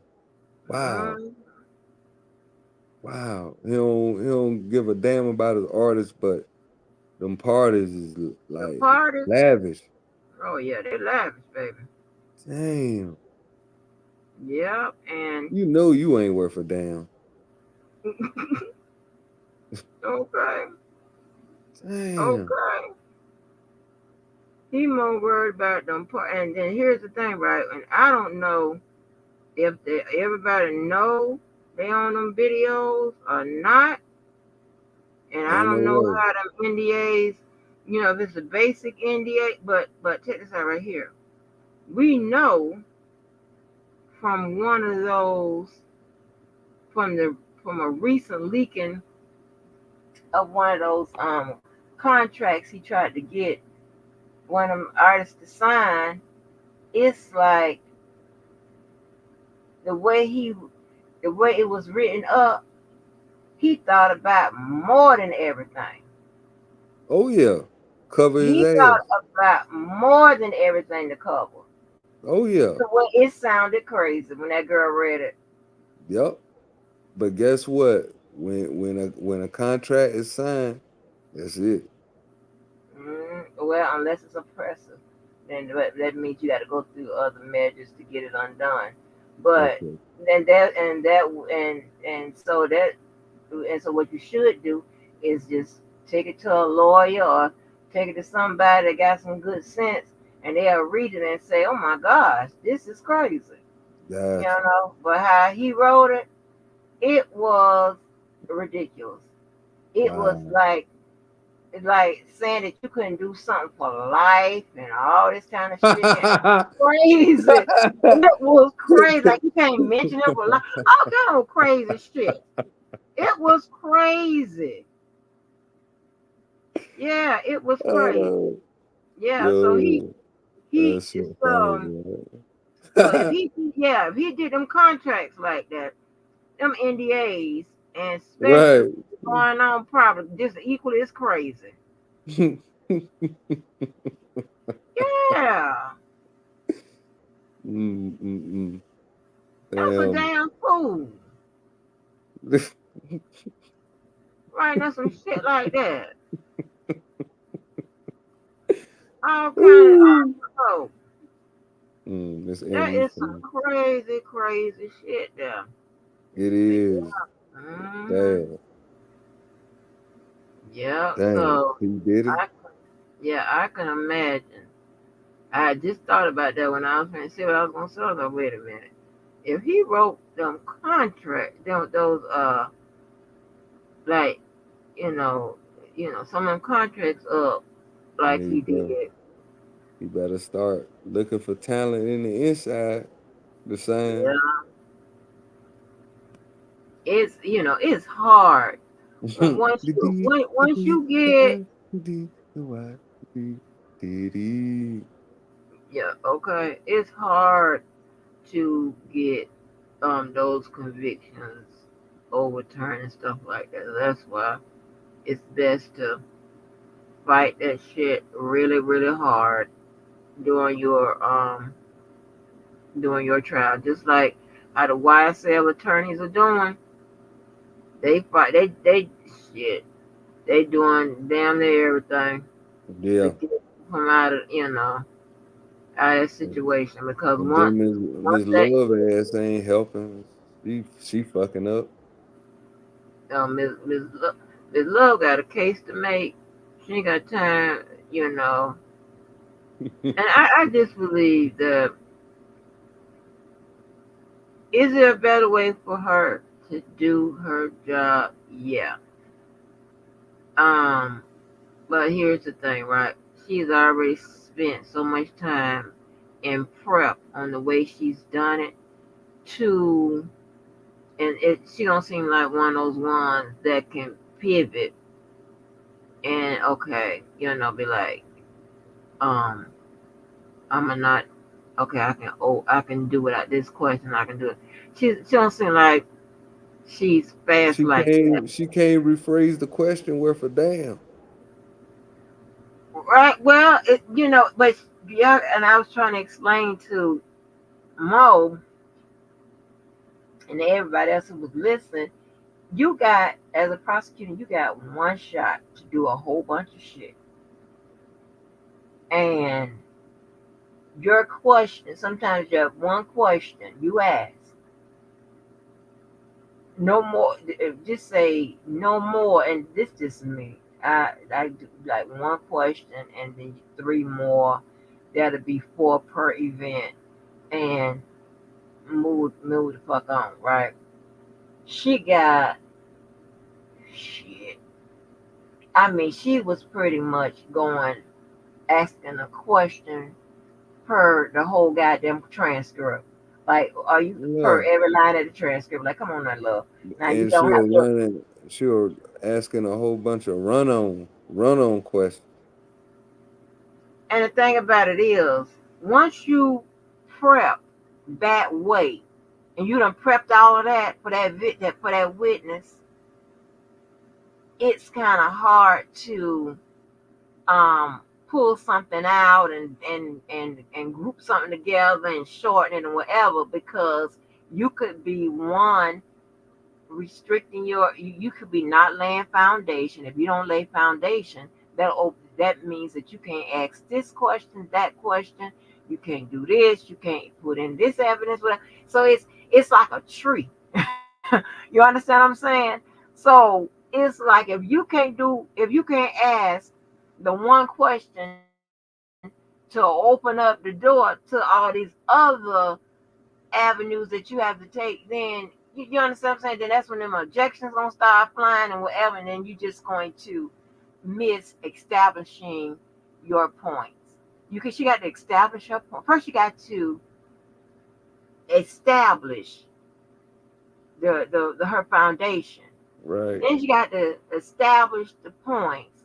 But in keeping in establishing the points, you got to make sure you do it within the confines of the law, Right. the rules of evidence, That's right. the procedural law, substantive law,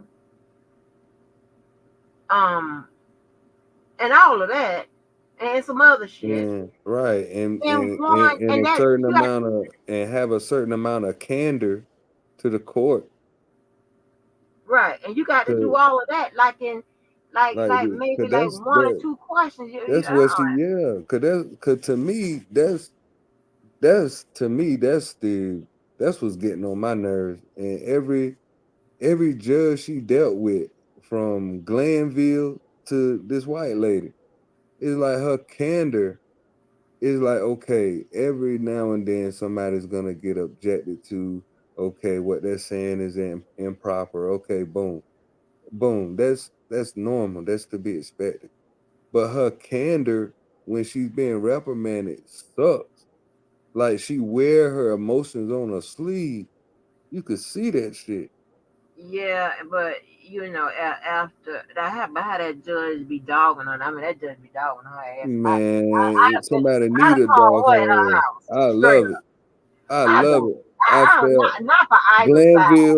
Glanville was too nice to he was He too letting them eat all in the yeah. courtroom. done sat up there and what's her name, Young Thug, digging in somebody granddaddy. Now that lady done stopped all that eating. Thug back. He kept getting right back down, going down Skinny. to the He done got hillside. back skinny. Yep. But that's good enough for him, man. They trying to speed this shit up. Damn Glanville taking damn comfort breaks and shit. Yeah, Gary breaks was excessive, but the thing about it is, that lady knows, the judge know her, the judge knows what goes into making these cases and how to make them stick, and she knows how much work that lady done done. Yeah. But the thing about it is, like, like um like Love told her, you ain't read everything about this case, so you don't know how much work goes into went into this preparation. But here's the Right. thing, right? I don't know if it was Well, her or I don't know if it was Fannie Willis. I don't know who, but whoever built that indictment fucked y'all up because they put oh. everything in their mama in that indictment. Yep. This is so once you do that, that means you got to prove everything in your mama. That's right. That means And that your prep is gonna be out of this world. mm-hmm. You see that paper thin indictment they did on Diddy. I mean, I'm pretty sure it's gonna be superseded, Yes. but they ain't gonna put everything in there, and and they mama in there. Yeah. Yeah. I agree. But here's the thing. They wanted it so bad. They wanted the Rico so bad. And I Yeah, felt like a lot of what Miss Love is being called out on is being unprepared. that too. That's embarrassing. That too. Listen, they built a massive ass Rico, and this the thing about it. Some of the other people that they were severed from the case, and some of them took pleas. I mean, shit, that case could have been 5 years. Man, if Glanville, it would have been 5 years. And Paige, and see, and this Mo gonna get me, but Paige, I understand. I mean, the judge, I understand that your patience is short, but you can't rush nobody's case. I'm glad Love told her, like, you can't rush my case because you want us to get through quick. We can't do that. So, to me, all of them at fault. That's all I'm saying. All of them. I agree. I agree with that. Everyone got their role to play as to why this shit taking so long. All of them at fault. You know what I'm saying? It started off with the ridiculous way the prosecution built that Rico.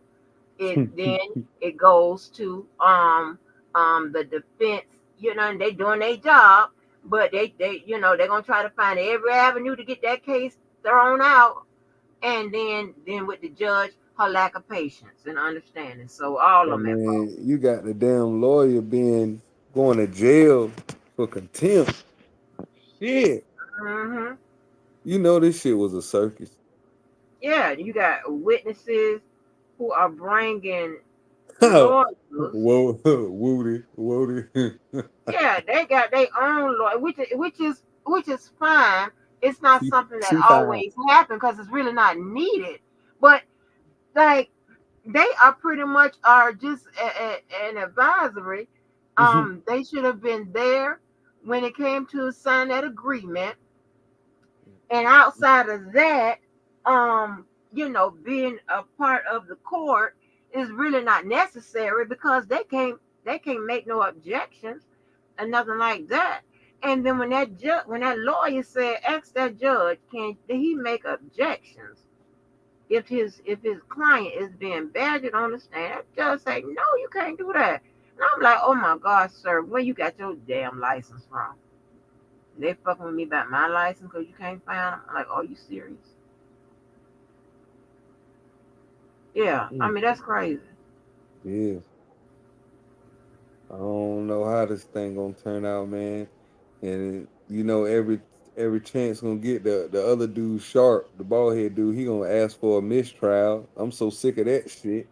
Yeah, him and I mean he do it more than still. I Yeah. mean he stopped getting on my nerve, and I call Sharp a weasel every time. Here you go. I mean that passive aggressive Boy, shit. he own it, boy. He be hopping on it, ready. Man, Yeah, I'm gonna ask for a mistrial immediately. I'm like, yeah. God damn, every You be time, asking for one every damn day. every day, boy. He found anything to ask for mistrial for, and that's his job. So that's what I'm Yeah, saying. I don't get, yeah, I just I don't like me as a personal thing. I don't like weasels. But he's I doing his agree. job, I And agree. Yeah, I say they are the dream team yeah, yeah, because they doing their damn job, but they get on my yeah. damn nerves. It's like Miss Love. She doing her job. It's just I can imagine her. I'm like, man, who in the hell she married to? Hell no. Oh my God, I can't believe like I'm wondering how how um how overstated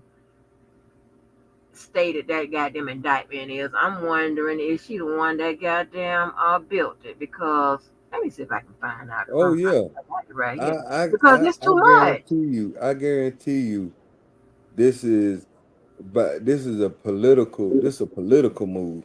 Like this is definitely her climb up the ladder. If she's able to successfully convict, you damn right. She a black woman, goal oriented, trying to build a career. She trying to climb up that ladder. Who Maybe wrote perhaps a attorney general, perhaps judge, perhaps. They just have Fonnie Willis on the. Who is that right there? They Oh, just have you been Fonnie watching Willis that on the. case? Yeah, Oh, that the emergency hearing. we're talking about that Ashley Merchant back in there trying Yeah. to get some money for. Yeah, I saw that. I saw that here. Like Hmm. she is, that is. Let me tell you, all that is that Trump want to give up under that Rico and over what he that election fraud case in Georgia. Let me see. So I got Trump shit too. Um, let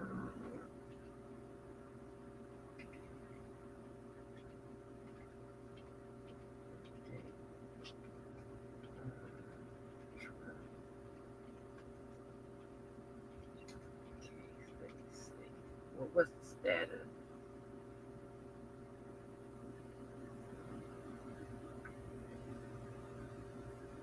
So as this is crazy. They are dismissing. Okay, three more counts are dismissed in the Trump case indictment in Georgia as of September 12, 2024. But in a separate ruling, the judge upheld the bedrock charge in the indictment, racketeering. Oh Lord, so he under RICO. So the three quashed counts, or counts 14, 15, and 27, have to do with filing false documents in federal court. Okay, so they got the Judge McAfee, which is the one that held that disqualification hearing. So that's a RICO, and I got the paperwork. But damn, that's a RICO too. Shit, she done charged everybody with a RICO. Yo, that's the way it look. It's I feel like for all of these Ricos to be happening at the same time, I mean, you gotta be turn a blind eye to it to not see that. Yo, man, it's a collective system. Like everybody benefits who's invested. in this RICO if it go that way. Like Mm-hmm. this the shit that laws and shit are built on. You know what I mean? Mm-hmm. Especially if everybody get found guilty or innocent simultaneously. All the cases going on damn near around the same time. All the RICOs jumping at all on jumping at the same time. This must be RICO season. Tell me about it. You know what I Tell me. mean? Any type of enterprise that you got, you better watch it. Oh, you don't. You don't listen. When I have explained and I have broken it down, let me tell you something. You and your group of friends that and you do business with or whatever, or y'all or whatever, they can make you a goddamn enterprise. It's crazy. Yep, yep, It's crazy. yep. You ain't even necessarily got to be making no money to be considered an Right. enterprise. That's what's fucking me up. I'm like, man, it don't even have to be no type of business Mm-mm. being transpired between two parties for you to be considered an enterprise. Like, man, they set the shit up just to trap your ass. Like, Mhm. ain't no wiggle room. Not at all, Slim. Not at all. That's why I say, man, it's best to try to be That and legitimate it as is you possibly absolutely can. insane. All right, It- and it- I'm fair. I am fair, and I know because let me tell you something. I understand this shit on all sides. Okay, on all sides. So I'm just not one side. I just believe in justice on both sides and doing what's right. That's what I believe in. You know what I'm saying? And so, um, and that's just what it is. So this dude, Trump has done a lot of shit. All right, but I can honestly, say, I don't like him. I can't stand his ass. I I can care less whether he go to jail or not. No, I really kind of, really think it's kind of unnecessary because he's up in age. Just leave him alone. It's not going to stop him from becoming a president if that's the case or whatever. It's not going to do that. You know, so all sometimes these damn I used to attempts, go back and forth with it, but all yeah, these it's damn like, attempts on his damn life, man. Shit, yeah, they people might shooting end up, at they him. It's might like a end up, lot going on. they might end up deleting his ass. Like even if he win, Yeah, you know what I'm saying, they might backdoor his ass, and a woman still might end up being president. right. It's just there's a lot going on, honey, and I'm It like, is. I mean, maybe he look at him, just maybe they harass. I mean, I don't care how much you harass him. He insists on doing this, and as much as you keep fucking with him, it is going to make him, you know, want to keep going. You know what I'm saying? They shooting at him. If people shooting at your ass ain't enough. I don't know what to tell you. That'll be enough for me. Oh, y'all, you got it. You can have it, honey. Listen here, I don't have no Martin Luther King in me. I'm done. You trying to kill me? Not a problem. You can have it.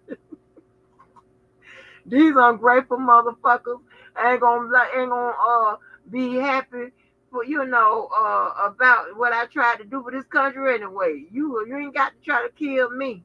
That's okay. I am good. I get the message. You keep shooting. You don't like me. And not a problem. I don't like being shot at. How about that? It's crazy. It's crazy as hell.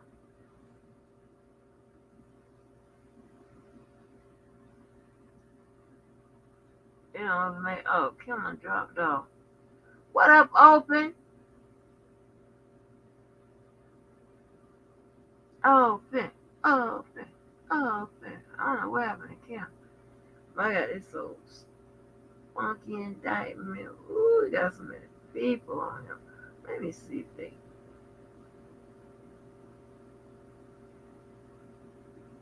Haters. They gonna hate.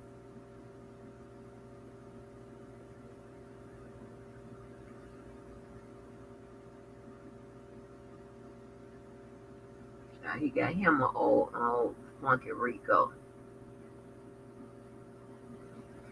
How many counts? A lot of counts.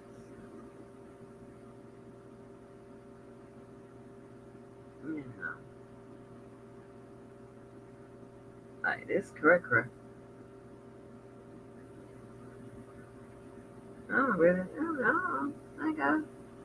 Like, he too old. I just want him to stop fucking with people. That's it. Can you agree to that? Leave people alone.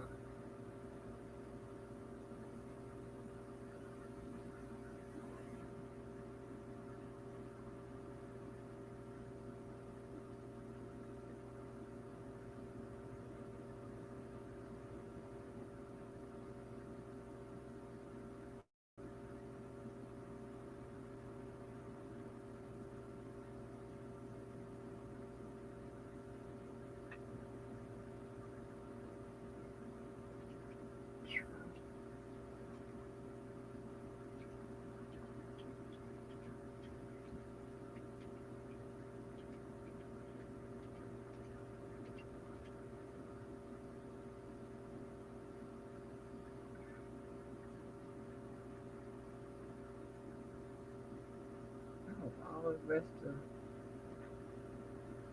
my eyebrow. Come on back.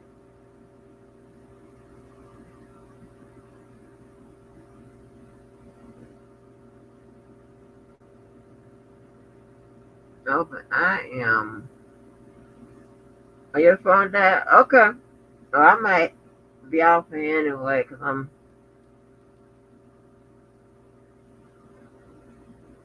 probably going to have to go to bed.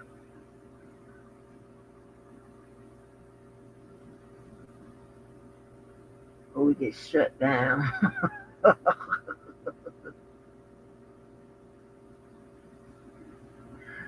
Oh, Lord. Over so I will shut this motherfucker down. It won't be no more Our Channel by Angie. It won't be this.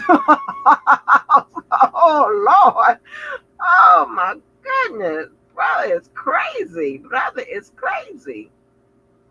It won't be. I will shut this motherfucker down. Yeah.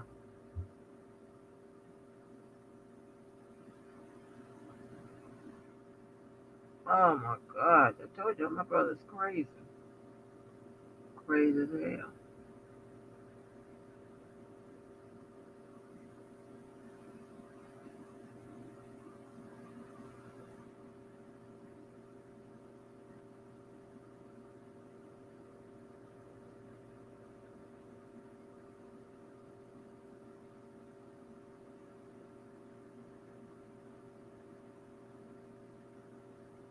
I don't understand how y'all be running out of charge, baby.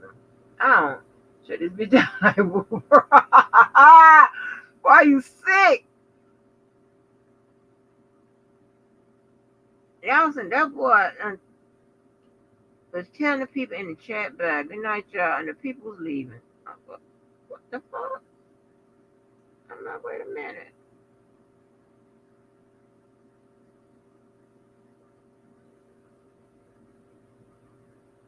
I'm like, what? Hello. Some people was like, goodbye, bitch.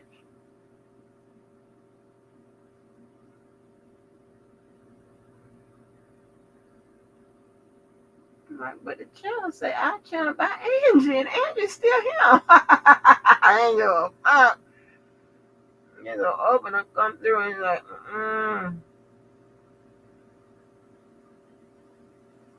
he is shutting it down. Shutting it down, baby.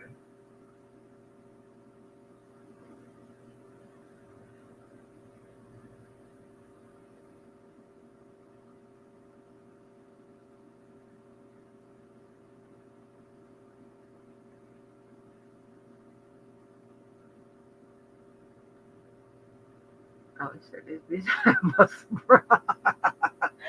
Oh Lord, what's wrong with him? What's wrong with him? I tried to get him some help, but he will not accept it, honey.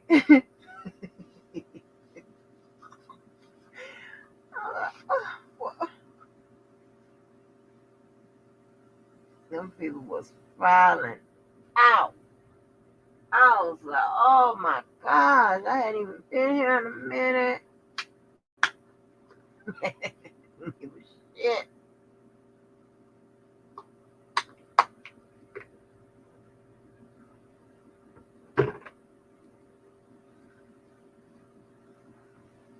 I be having a oh bro.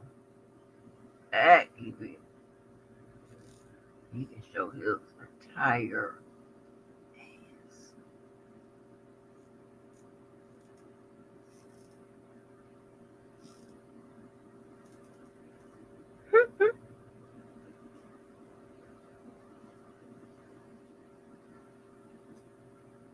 I be nice, honey. I be saving a lot of y'all. Ah, bro goes in. Oh my, them people from up, and I've been saying them people from goddamn up New York crazy. They crazy as hell. Talking about we crazy. Mm-mm. And them people are rude. People, they rude as hell. Like, like East Lake Square. What is East Lake Square Mall? Open? I don't know what that is.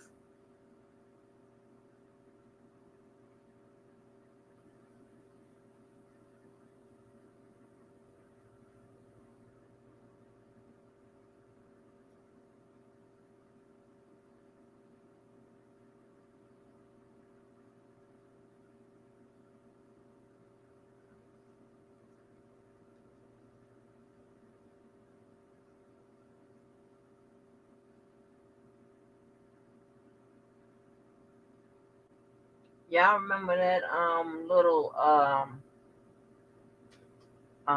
y'all remember what? Oh, I know Dr. Rogers out here, so it had to be at least 2 years ago where that saying was coming out like on from the it was like one of them little things on TikTok or whatever, and the lady told me it's above me, it's beyond me now. Like ain't nothing I can do, ain't nothing I can do. I'll be, I'm it, I, you would rather see me before you see Open. If Open is real, okay. That's just you rather deal with me, and when I used to tell people, like when the people used to think that I was the like if you meet me before you meet my some of my friends and family, you would think that I sometimes have to cuss your ass out. You would think, slap a bitch. You would think that I'm the worst one. And I used to say, "Oh, you think I'm the worst one to deal with?" I politely, okay, all right. I politely introduce them to a friend or a family member. I'm like, okay, let me see how it works. Let me see what you say after you encounter with these motherfuckers. And they be running back, oh, Miss Angie, you so nice and sweet. Well, I might let it be a surprise one day. Yeah, open nice and be nice and sweet. Yeah, I'm the Tasman. I'm the bad one. And I ain't saying he bad, but I'm the difficult one. Yeah, I wear that jacket. Mm, not a problem.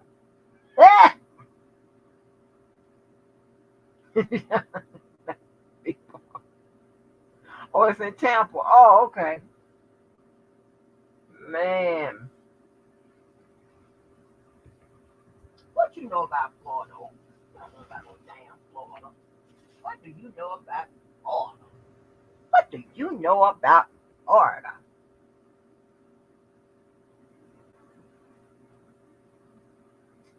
Child, that shit, that's so damn funny.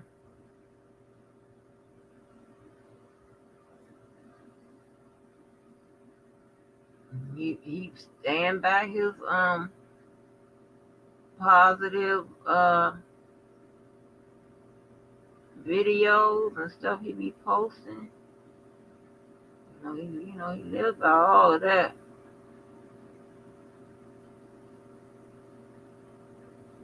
But baby,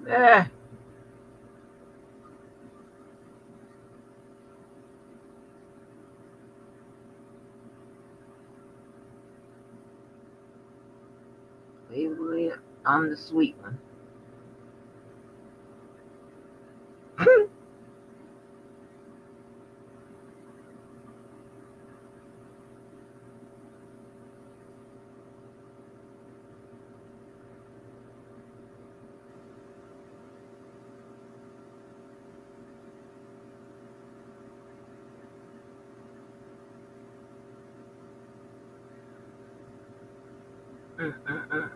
That's funny as fuck. That is so funny. That boy had shut down like Woolworths. Does anybody remember Woolworth besides us? Oh my gosh. And that damn counter.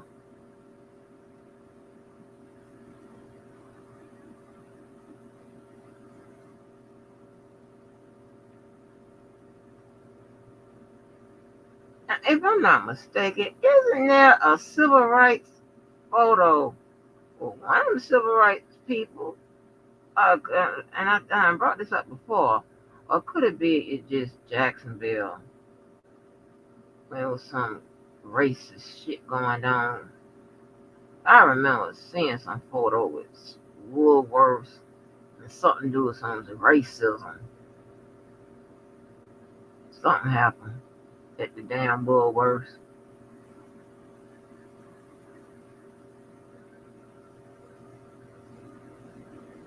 Mm-mm-mm.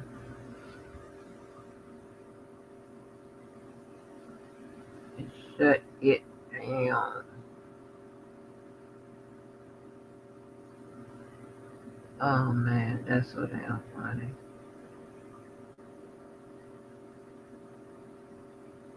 But yeah,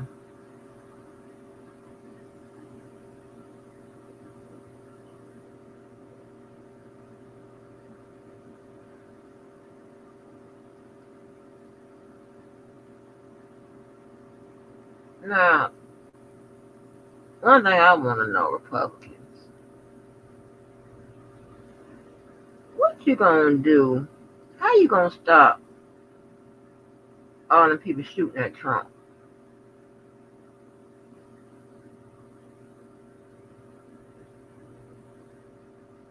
Why are people shooting at him?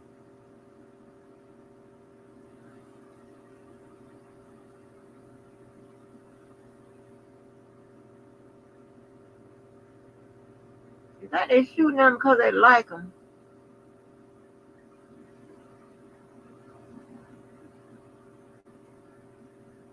Y'all don't give a damn. Y'all just remember.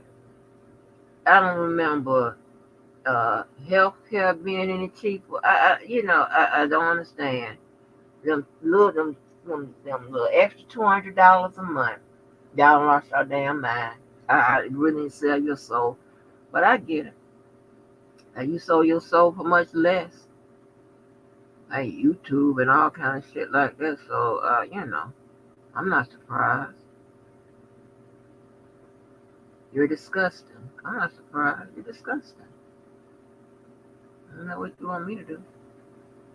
I really thought that that some of y'all was joking about this Trump shit. I mean I don't know. I don't know. I hope so. Yeah.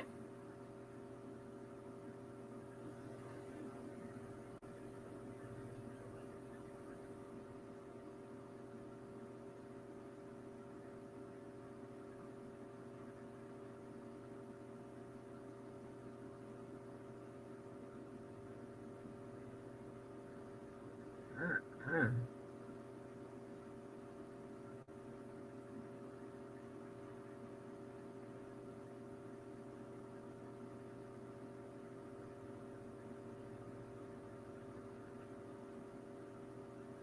They know I'm crazy as hell. I sent out the notification.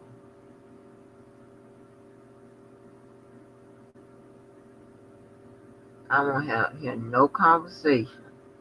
I'm telling you, with my friends and family. Any one of you motherfuckers voting for Trump.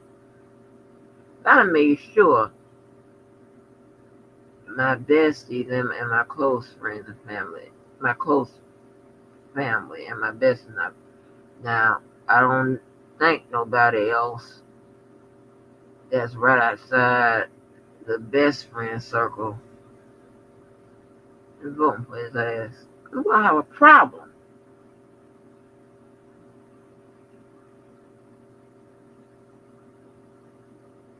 That means that your values, the ones I thought, uh-uh.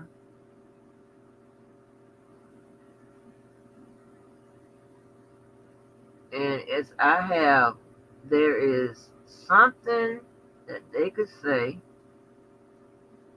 that I will allow. But baby, other than that, we're gonna have a problem.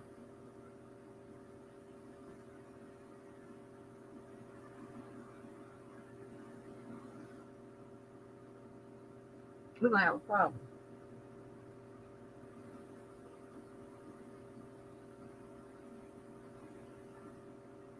It is going to be some shit.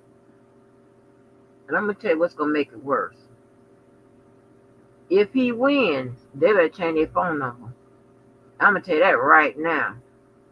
You know what? That's gonna be on the next text that I send out.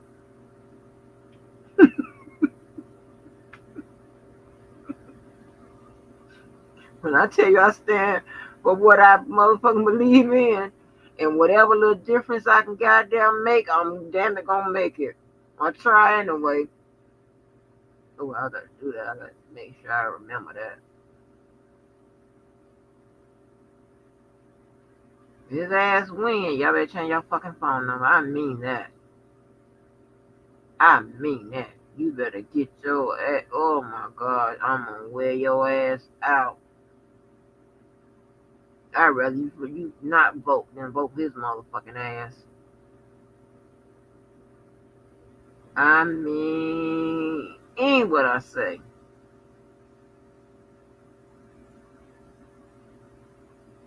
But there's something they can say, and coming from them, you know, I'll get it. I understand. Other than that,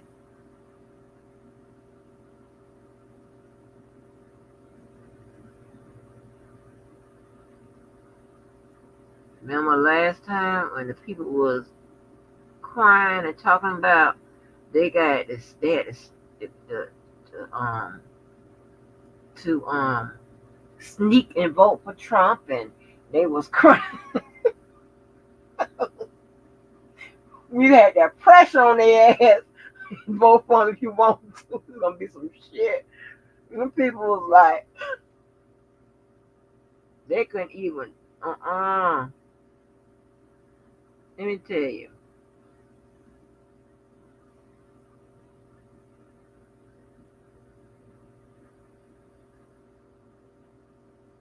so many of my friends that were like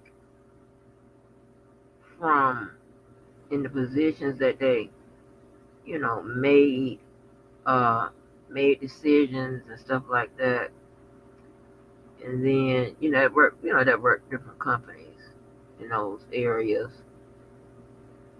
And to ones that still was in high position, but of course, they don't own the company, so they don't make those decisions.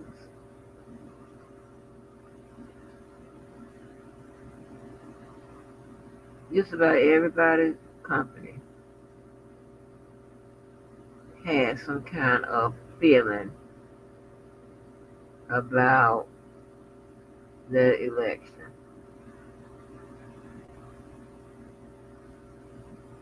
He just keeps fucking running. But I'm serious.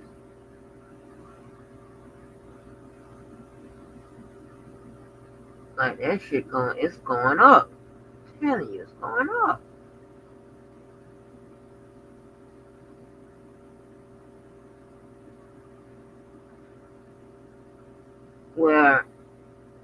Where I had this job, now I have 50 jobs, right?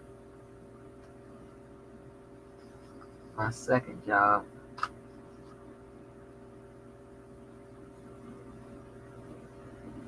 baby,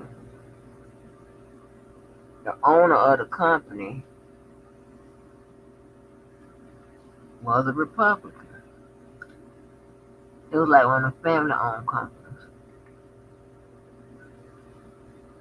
He had, he used to have the Republican meetings up there.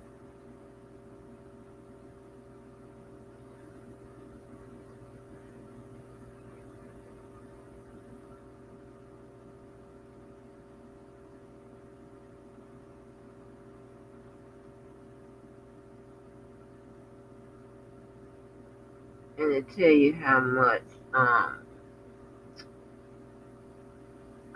everybody, or well, I tell you how everybody up there didn't have no goddamn sense. One of the ladies, was she in HR? I don't know, but it was some kind of administrative shit. She was on the news over the weekend, had got arrested for going with her son's classmate. Now, I don't know if she knew that thought that nobody had a TV or whatever. I don't know. But one of these days, I'm gonna ask my friend what I got them lady name, so I can look up whatever happened to her. Cause baby, I think she ended up blaming on alcohol or something. But let me tell you, I was passing by the hall one day and saw her sitting in her office as if she still had a job. Them people don't come in our house, baby, come on. Let me help you. I don't know where you got to go, but you got to get the hell up out of here. Like, we seen the shit on TV. I had to do one too when I walked by. Like, bitches, why is you logging on your computer? There's a picture of one time Woolworth did serve blacks. Oh, okay. I know it's something. I remember something. Well, it must be surface, because I ain't seen no picture back in 1960. I don't even him.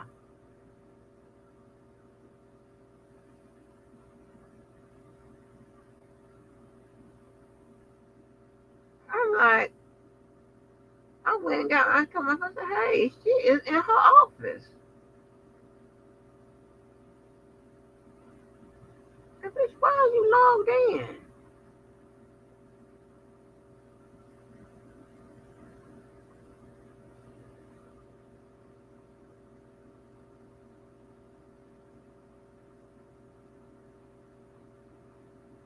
Mhm. Yeah, so it's a couple things they can say.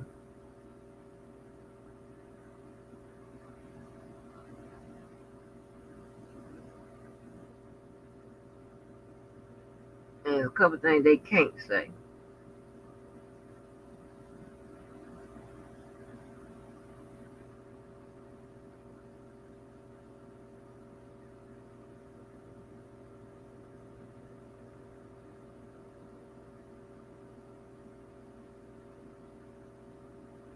You say this or this. Stop fucking with you.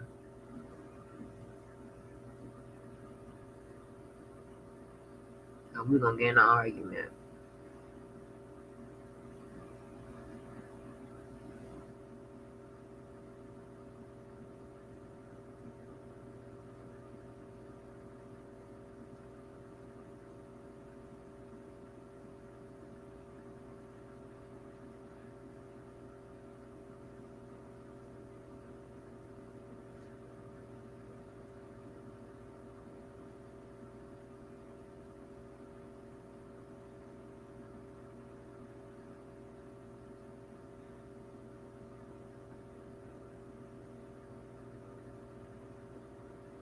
I went, I ain't know. I still don't know if the policeman is dating a white woman. Because sometimes white woman equals Trump supporter. But I know, he's, strong minded. But sometimes the coochie come in, change your mind.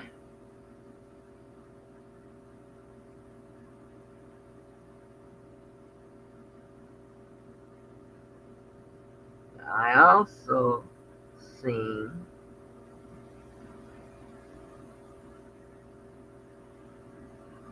that his ass is helping with the campaign. So I know it's Democrat shit. Saw that. So I was like, okay. I ain't even really got the I ain't even have to worry about him, but I know damn well. Lost your damn mind. I don't care who it is.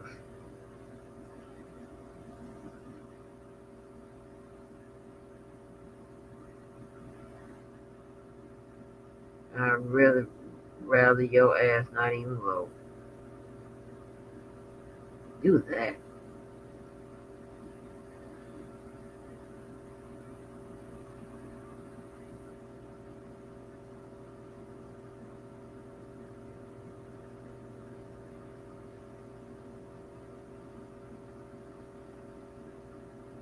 Yeah, with police, it could be a white girl, it could be a black girl, I don't know. I know I ain't seen her.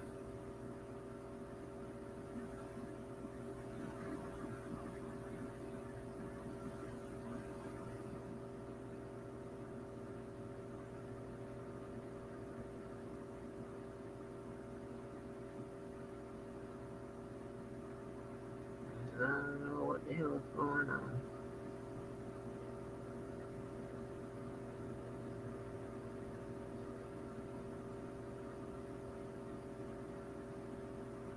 Because I don't know how that's gonna work out either. Because I don't think his mama is going to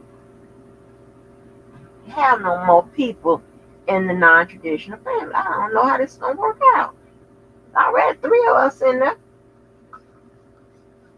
I mean, we got some P Diddy shit going on. We don't overlap. We got some P Diddy shit going on. Oh shit. Excuse me, yeah. Straight up and down.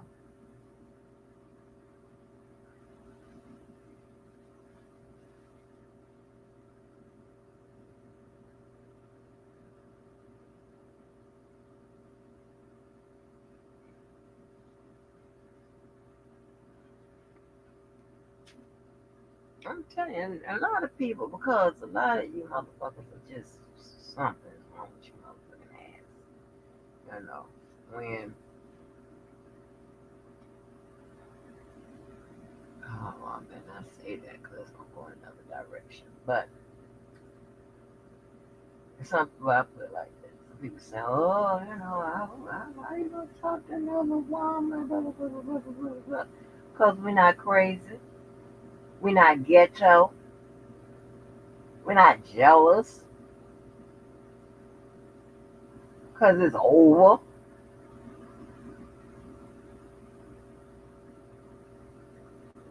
And just because your motherfucking ass don't know how to be friends, you know, and not act like a damn fool, and I want to burn the man clothes up and all whatever it is. And even if it, you know, not saying everything has been, you know, but everybody is always peachy king or whatever. But I'm telling you, when your people picking process is good, mm, mm, mm, mm, mm. You know that the motherfuckers they done picked before you and after you is, you know, at least have a good chance of being good too. Cause he picked your ass. But I know that mama, now she ain't finna be fucking around with no four women. Now come on now. That's a little bit excessive. So I don't know how this gonna work out. The only way I see it's working out because I'm the one that had to get that, the not quite a doctor but more than a nurse, and you know, get that together with the mama. So they relate. They don't have like no relationship, whatever. Like me and the wife, the ex-wife.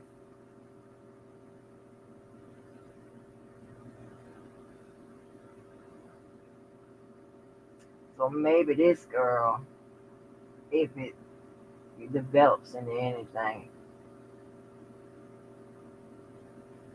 then maybe I don't know. Mm-hmm.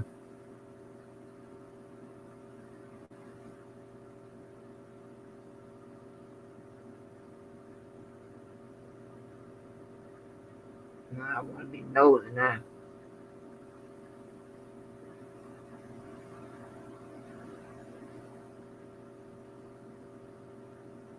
I always be intrusive and look on one of the trackers. Where are you laying your head tonight? But that's crazy, right? I'm not doing that. Hunt a bitch down and shit to see what the hell going on. No, no, no, no, no, no.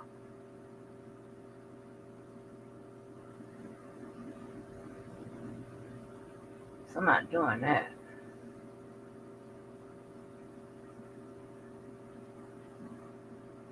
That's ghetto as hell. And crazy. It's like motherfuckers coming to jack. Well, you're crazy. You won't.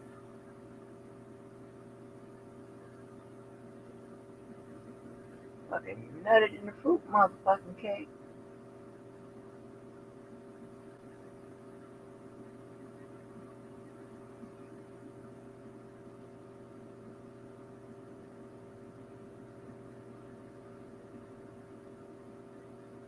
Mm-mm.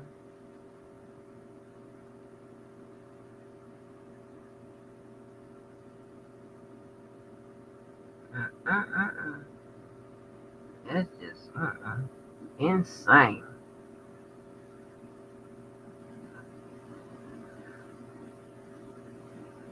I just want to make sure that bitch don't undo what I done done. Don't be no crazy bitch and drive him crazy. Then his ass be back on them damn cups. Then we gonna have a problem, man. And then you got to make sure she ain't gonna come, and he ain't gonna pick bad. I know that. Like, he ain't gonna pick no crazy bitch. I don't think.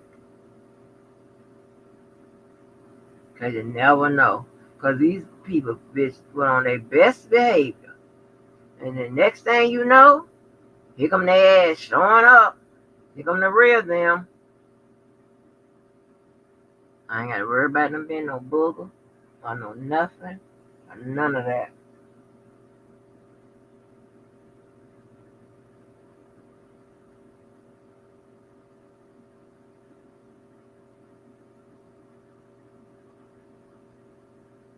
I ain't got to worry about none of that.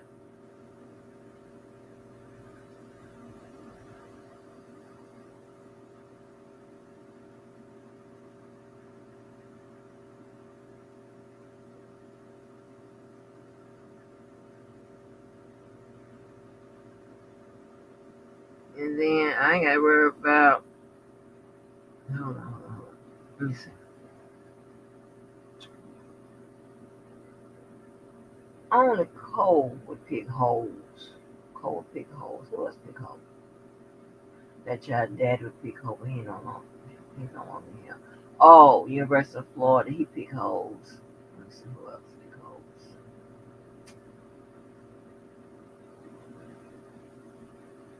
I mean, and then it would be so bad. They pick holes and then want to do all kind of turn a hole into the best they can to try to save face, and then knowing that here goes with our judgmental ass. You bring that hole around. Now we looking. Because we know it's a hole. That's a hole right there. And that one girl, that girl can't stand me. I ain't do nothing. She went on, had a baby with Cole and every goddamn thing. That girl see me right now today and just sit there and stare at me. I'm like, bitch, what? I know, and now I know she crazy because that bitch was waving the gun all in the parking lot and shit. What up, Karen? That goddamn girl. When I talk about crazy, the motherfuckers get it, the crazy ones get on about him. They're like, oh, she talking about me. I'm like, no, I'm not. But if you're crazy, then I'm talking about you. um, that girl, she would never, she would only come around some of the guys. Well, he'll be at her house and the guys will go, you know. She would never come to where we were all in it because she knew that she wasn't a part of, she didn't fit in.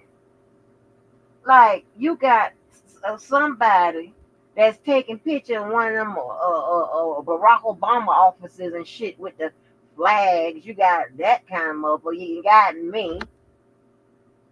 Then went in Yvette, but Yvette wasn't really in that group like that, but she was around a little bit because of she was there. Then you got Bean. So I don't know. And then you got the guys or whatever.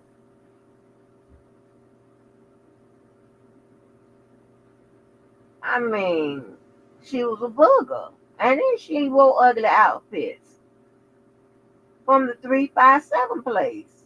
Shit. I love booger.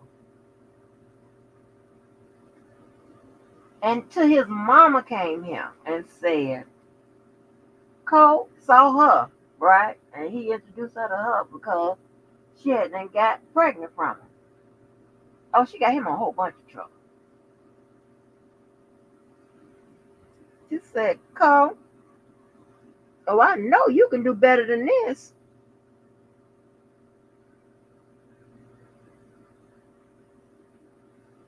And then our one friend who, if y'all heard me talk to two of the guys, we still looking for him. So he's somewhere in the damn region. I don't know, man. I think he was either from Maryland or from DC, one of them. But he would make this joke. This was after we broke up, and of course, he did not read the room. But it shit was funny to me. He said, "Hey, Cole, it ain't the beauty, huh? It's the booty, huh? It ain't the beauty, it's the booty, huh?" I was like, "Oh no, it was crazy." He was pretty much, he would, be hiding her somewhere. He would bring her out. I know we don't went to big old goddamn had Godfather ass dinners at restaurants and shit. And you could bring whatever. I had my child and all this and whatever. Mm-mm. If I told y'all what she named that child, and the only reason I won't tell you what the name, because y'all can go there and find it. If I told you the name, child, y'all would die. Y'all know that. This about a ghetto ass motherfucker. That's what y'all be saying.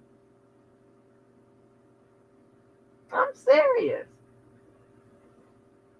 If I told y'all what she named that child, and I know if you think it's one of them boom quishas or whatever, it ain't that.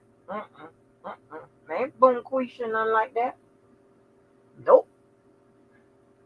Maybe one day. It's a hot mess. Put it like that. And he done went on and married and everybody told you who he's some kin to. Y'all be like, what? Hmm? He done went on and married a nice police officer. Surely did. She's I think she's cute. And she got that pretty hair. You know that hair like Rashida, like when Rashida wave it up and curl it up like that. She kind of might look like Rashida a little bit, but she looks better. She really do. She's cute to me. But that booger, I'm talking about, like we can all be in the same club, and we could, I know he ain't not like being by her because of me or whatever. Because baby, I'm long gone out the picture. Child, that one day she was sick of that shit. He wasn't acknowledging her in that motherfucking club. Maybe because you're a booger. Boogers? What do boogers do? Boogers mean boogers are, something happened. That's, when the lights go down, you're a booger, bitch. I don't know what to tell you. Mhm.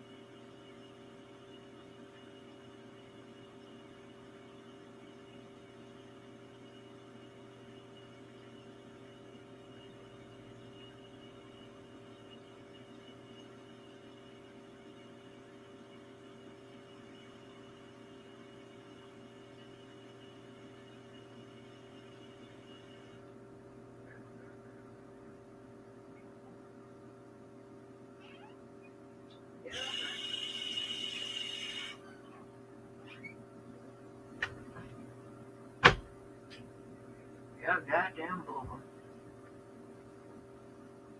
Couldn't believe it. But I could have believed it because you know what? Let me tell you what else he had dated. Y'all know what it's going. He had dated one of them strippers. Yep. Now that I think about it, he dated one of them goddamn strippers. Oh my God. And then want to argue with me and shit all out in the damn streets, all in the club. I'm like, are you serious?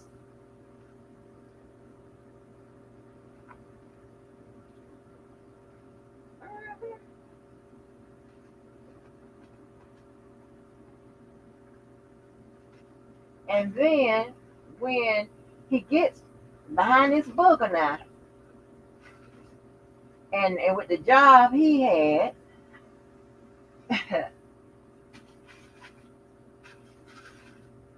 he gets in trouble behind one. Now tell me I'm lying, because I would see they gonna call his name on that line, and I can't kind of. I have to bleep the name out. I have to bleep that name out. But listen, you couldn't have told Yvette now that I wasn't in love with him. Listen, did I? Yeah, but it don't last forever. And you know, I can cut my feelings off and it can stay off and I can get the fuck on. You know what I'm saying? But yeah, I mean, not like like that. I was on to the next, right? He gets in trouble. And of course, it makes the front page. Like they had done got Manuel Noriega around this bitch, right?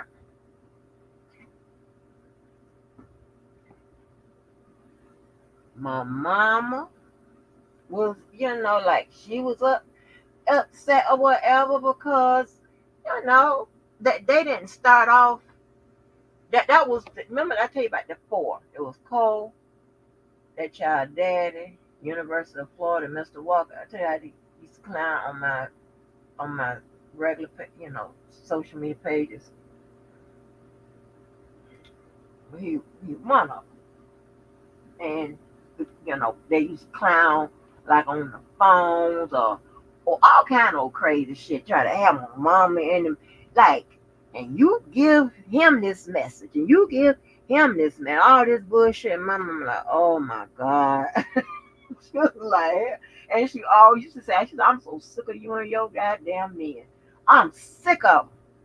And for the most part, and that's what I was trying to tell Kim, is that's when they be laughing at me. Sometimes don't take me serious when I tell them, like, whatever. They always say, oh my God, here we go. But everybody knows it's going to be a good time. But this one he ain't never boring, right? What I told you, I done had covered a man time like, and you trying to run me crazy, or you ain't gonna run me crazy, or credit card man say, you know what, you running me crazy.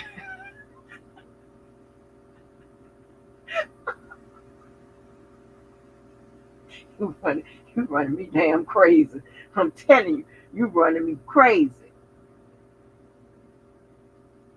Child, when I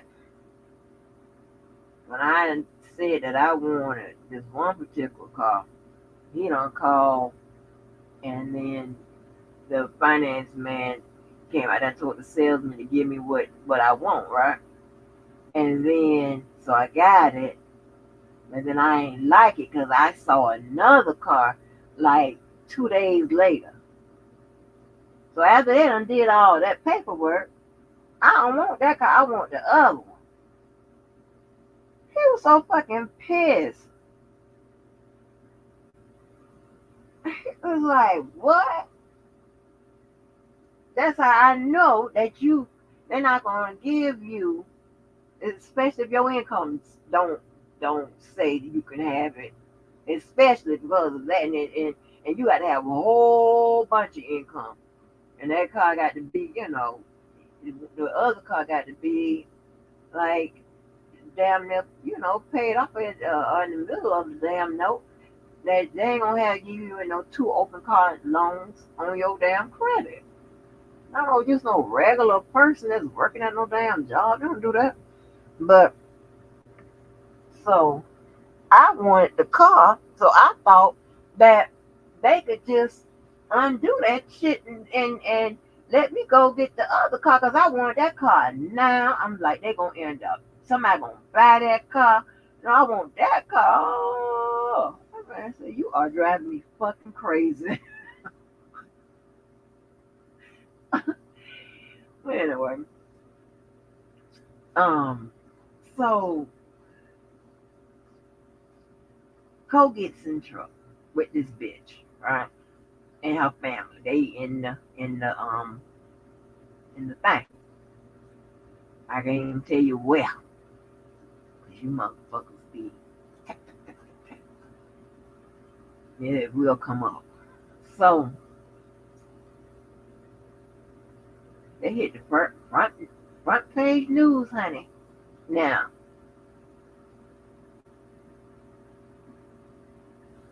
Yvette and I, laugh at our silly shit. So that's why it surprised me. And here, when it was like coming towards the end of our friendship, when she started saying, like she didn't want me to call her a bitch no more. I was like, bitch, such and such and such, like, and we all say that and laugh or whatever. And or if I call her, I said, girl, you stupid. And be laughing and stuff like that. And when it started beginning, this is like after my child had graduated college. I'm like, what the fuck is going on? And then you can see the little stuff. Then the last thing that blew it, and so it was like a little build up. First she didn't want and I was telling y'all about, like, she had an issue with that girl that was in the parking lot earlier, y'all, that was talking about she was looking for, just talking about how the little eye done got. She had she really didn't want that girl back around because they had that bad blood about Yvette done set the girl the stuff up to get stolen and all this shit here, and the girl unfriend everybody but me. And they really didn't want to be fucked up with that girl or whatever, because it was, and something the girl threw, kept the baby picture, threw away the girl Yvette baby daughter's picture. It was all a bunch of bull, just a whole bunch of bullshit about the goddamn telephone line and shit. And, oh, this so crazy. It was a lot going on. So anyway, when you first started doing that old weird shit, fine. But rewind back in time, right? So she would always think I'm so love with Cole, right? But the problem was, you gonna think I'm so love with Cole past the first husband, then they and the baby daddy move right along to the. No, bitch, ain't nobody gonna got no love like that, but not like that, not in that type of relationship. No, like what am I loving? Uh-uh. But he gets in trouble. We're of course in a position to help him, but we're broken up. But he's still in my non-traditional family. He's still in my friend circle. My mom wasn't too particular about him because she said he was loud. And when the first time she met him, he comes up there making all that noise in front of the car, talking loud. And my mom was sitting in the kitchen with the window open. And you know you don't come to Southern people's house talking loud. For some reason, that'll get you, we don't like you. Okay? We don't like your ass. And oh my gosh, it was so terrible. I can't believe my mama act like that. That boy came in that house and spoke to my mom to me, hey, how you doing? And I don't know where she get this ghetto shit from. And she rolled them big old light brown eyes at that boy. I was like, oh my God. Now, at that time, I was in love. I was like, oh, no. I wasn't crying. I'm just saying, I was like, oh, no. Oh, no. And, and then, when we started talking, I don't like him. I'm like, why? Because he came out here, he was so loud, talking all loud. But after a while, they got to be okay. And then after Mr. Walker, turned into who he became, she really liked Cole then because Cole was terrorizing exes. He terrorized Ramon. When you hear Ramon talk about the people the men that was terrorizing him and ain't like him because he was dating me. He had all this trouble in Jacksonville. Oh shit! And so, but Cole was one of them, but was probably the head of the terrorists. Okay, talking about terrorizing shit. Yeah, motherfuckers wasn't putting no paperwork in your life. Motherfuckers pulling up in your life, fucking with you. But so they get arrested on the front page with her criminal enterprise ass family. Couldn't believe it. So immediately, of course, we know what attorneys to send, try to get them some assistance, right? We didn't know, like, okay, again, when I tell you, all the people we know, when your ass get in a bind, you got enough, money to get you, or to have you a paid attorney, right? Especially for whatever the bullshit, especially for that's some bullshit like that. You got your money. You bringing in all this money. You of course you got to the side of somebody holding something. We thought that we thought, we didn't know what part he played in the situation. We didn't know he was an innocent bystander.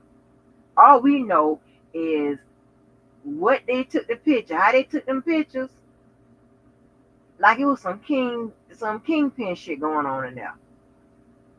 So anyway, I had my mom and daddy send him one of my dad's attorneys to the jail cell. Oh my God. Then I went to the first appearance and I sat in the back because I wanted to see what was going on.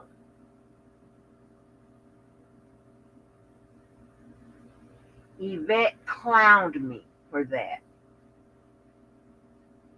I can't believe it. I mean, she clowned me for that. As like, girl, all of us still like. Listen, we were like as a friend group, unit, whatever. Some people had to broke up, some people had to broke back in, whatever we was doing.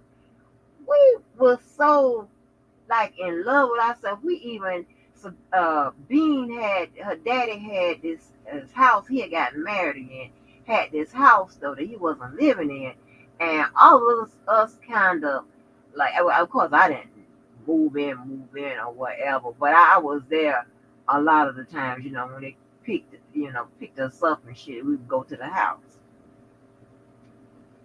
Like we loved each other that much to where we had a 12-person unit up in that goddamn house, right? Like stop playing. Like people was like had their clothes there, coming out changing, we were going out watching TV, cooking, just we had a real life. Shit, we could have been a goddamn uh unit or YSL shit, fuck that. So what do you think, girl? Oh, she clowned me. She clowned me. I was still trying to think. So by me sending having my mom and dad send the goddamn one attorneys down there to see him, and me going to the first appearance, she took that as I was so still in love with him. All this. That was not the point. That wasn't even the case. I'm saying, thinking, listen, I saw the paper. My mama and stuff. We were worried. We didn't know what the fuck was going on. You got busted in a raid. The fuck? So, um, we'll come to find out, he was able to get out after 2 weeks.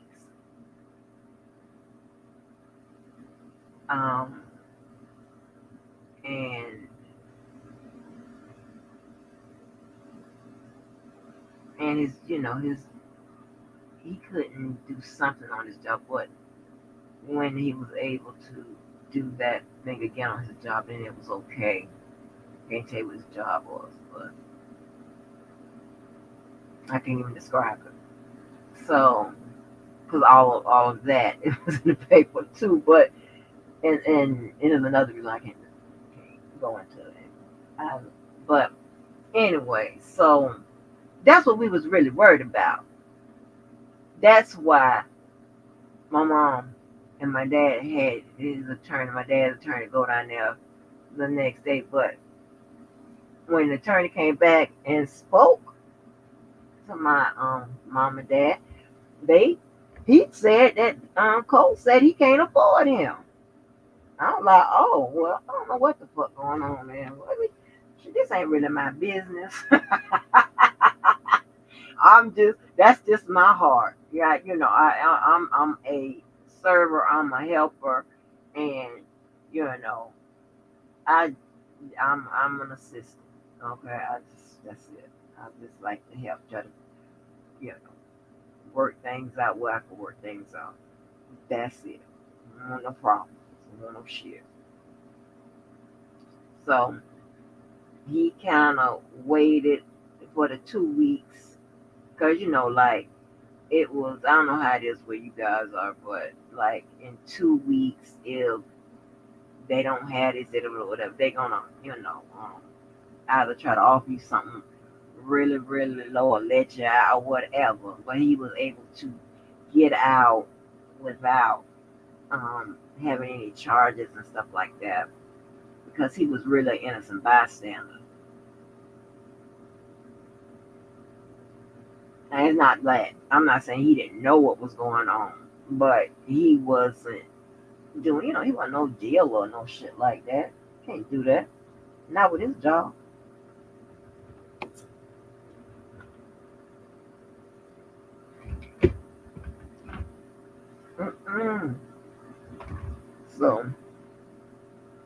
That was crazy. And they clown me for that. I mean, she clowned me for that. And he got busted with another bitch, and you sent him. Man, it sounds funny now, but I get what she was saying. But girl, we ain't gonna talk about how dumb your ass done been, goddamn, before. We knew better and after. Okay, we ain't gonna go there. And it's like, girl, ain't nobody want that goddamn nigga.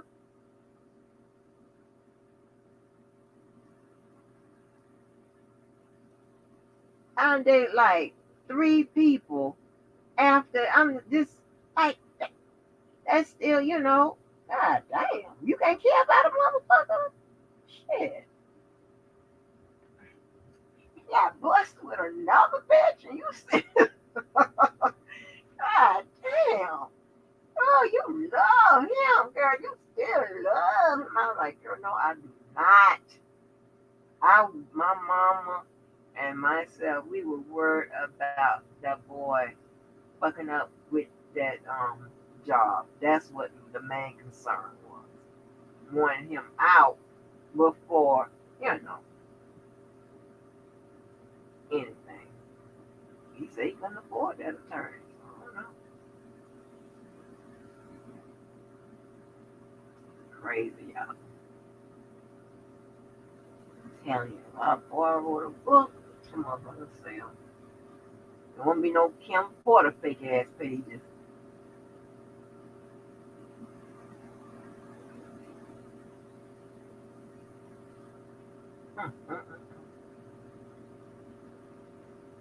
Baby, if I ever tell you what his daughter name is, y'all gonna be like, what?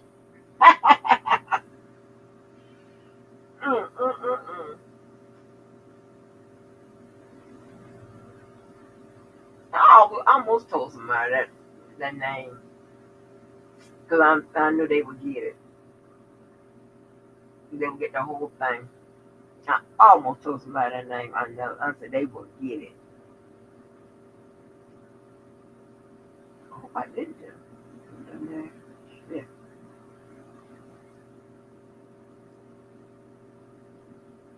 They would literally get it. But you can Google that shit. And, I was.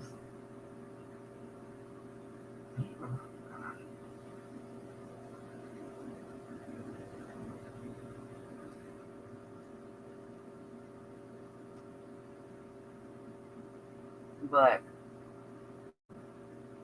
I'm the only one here to talk to out the whole group. How about that? That's why they pushed me up to tell them that Bobby had died.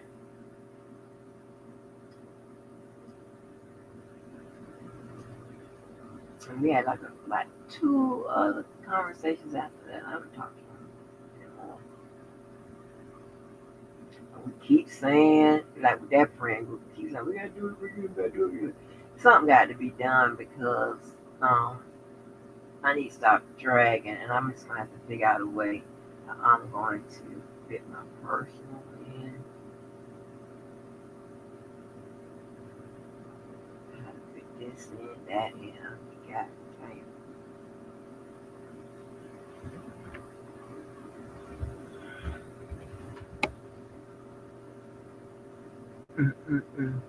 And then if I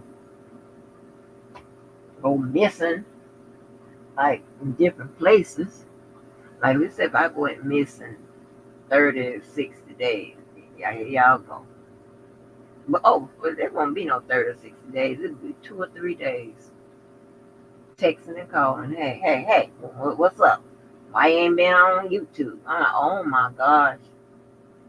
So maybe if I announce that I got to go underground for a minute, when I come back up, I'm gonna have a lot of shit done.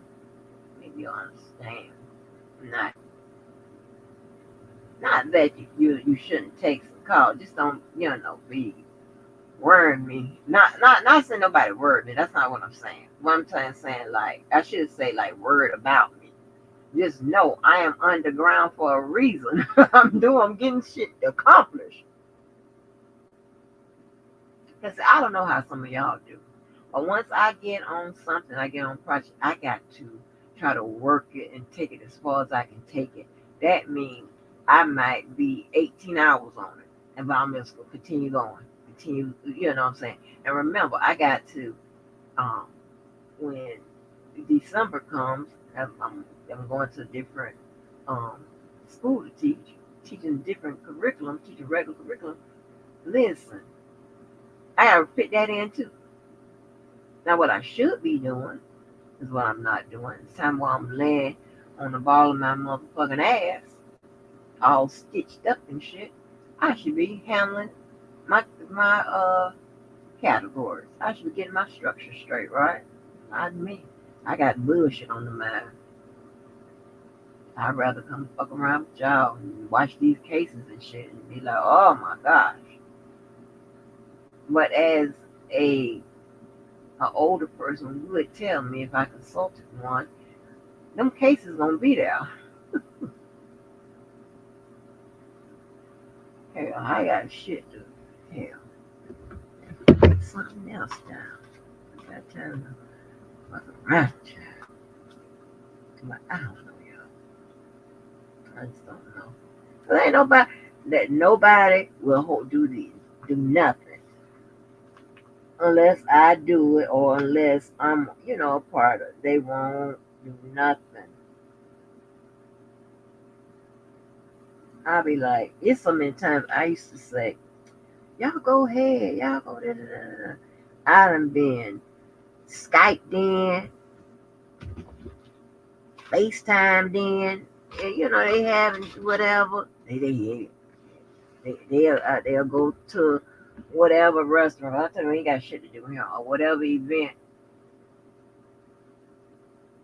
Skype me in, FaceTime me in, Zoom me in. Well, I was like, oh my gosh, just oh my gosh. And or sometimes I'll try to like send a representative or whatever. But God, I be just wanting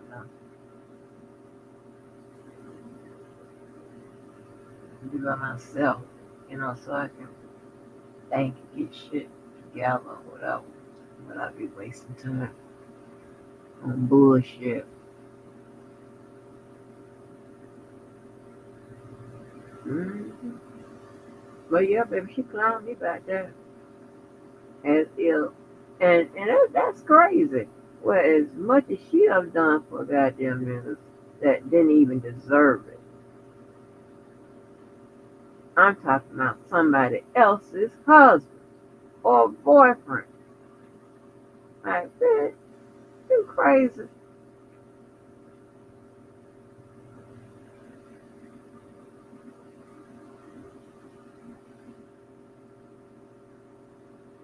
Yeah, Cole got that.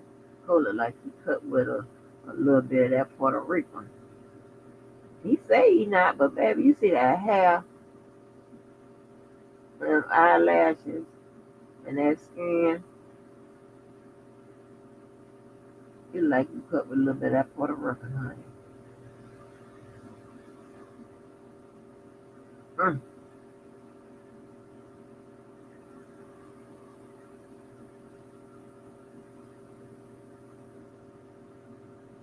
Mm.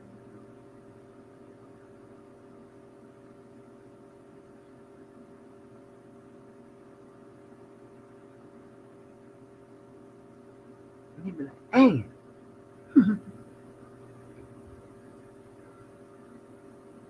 Oh my gosh, I remember when me and Bean, tell my line, I get boo on that goddamn line. Well, me and Bean played a joke on him and Cole. We act like we was dead in the house. That house I was telling you about. Now he big bad wolf. You know what I'm talking about? Just terrorizing people. I sat there and played like I was dead. He was like, oh no, oh no. I was like, oh man, we laughed and like I had been stabbed. We was, oh gosh, I don't know why me and Bean did that. He went to running out the house. That shit was crazy. Now I'm trying to stop him. Like, no. Because at that point, I was in a little bit of wolf, and I ain't wanted him to cry. Mm, I want him to cry.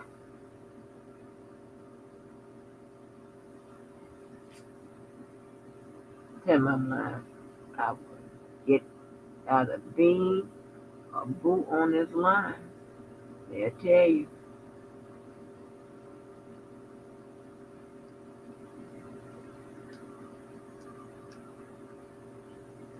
Anyway, let me get off here. Listen, one of these days, I don't know how well I can put that on my list. I'm gonna solve that tithing thing or whatever. Cause I just don't know. I can't be. You know how the Lord be too good to you. I can't be upsetting the Lord and all of that. That they're trying to. I can't be doing that.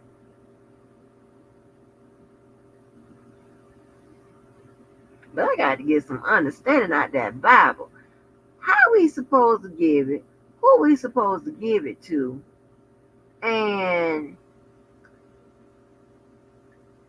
some more questions about it.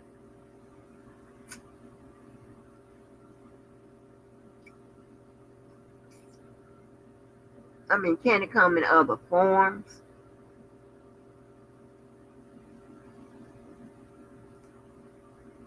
Because there are some churches, and the church I went to, I'm still a member, but I haven't been a real long time, and they call it the bougie Black People Church.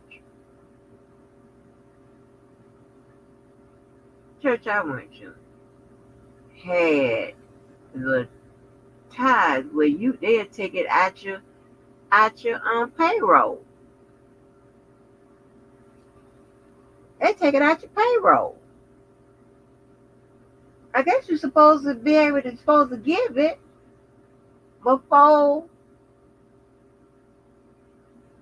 you get paid or something. I don't know. Don't ask me. I ain't no Bible thumper. I don't know. I just go by what the people ask me to do. But yeah, I'm on and see, Kim. That's why you have all these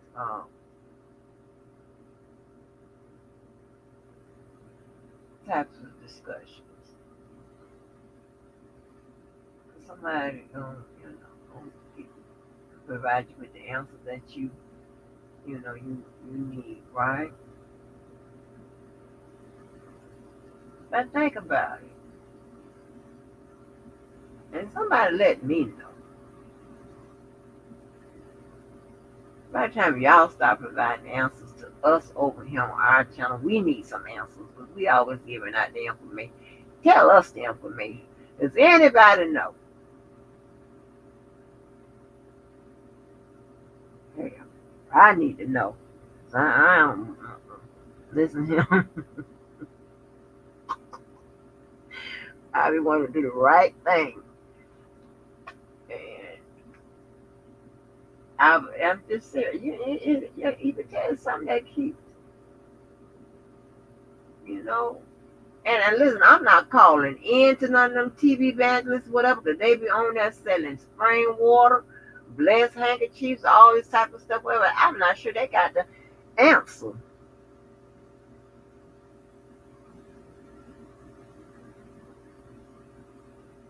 That's why I like my house, but I ain't been there in forever and a day.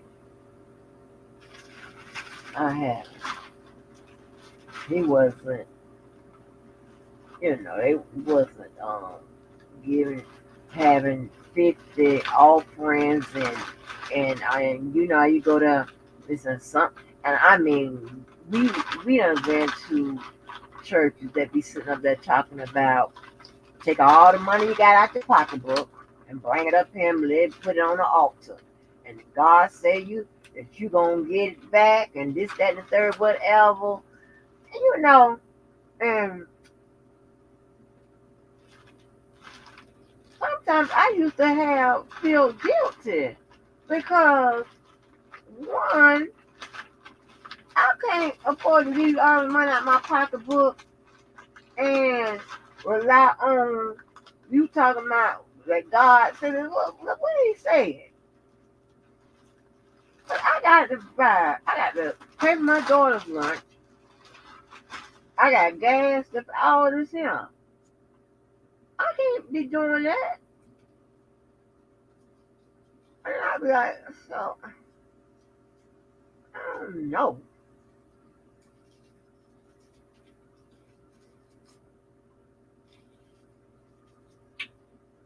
I make me wonder, why the message is never God told the church to take some of this money and give it to the people in need.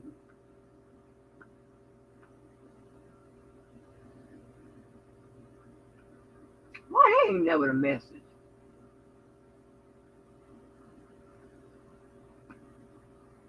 Mm-mm. Mm-mm. Now I don't want to get in trouble with the law. I ain't gonna ask all them questions. It's not gonna get in trouble. I want to know.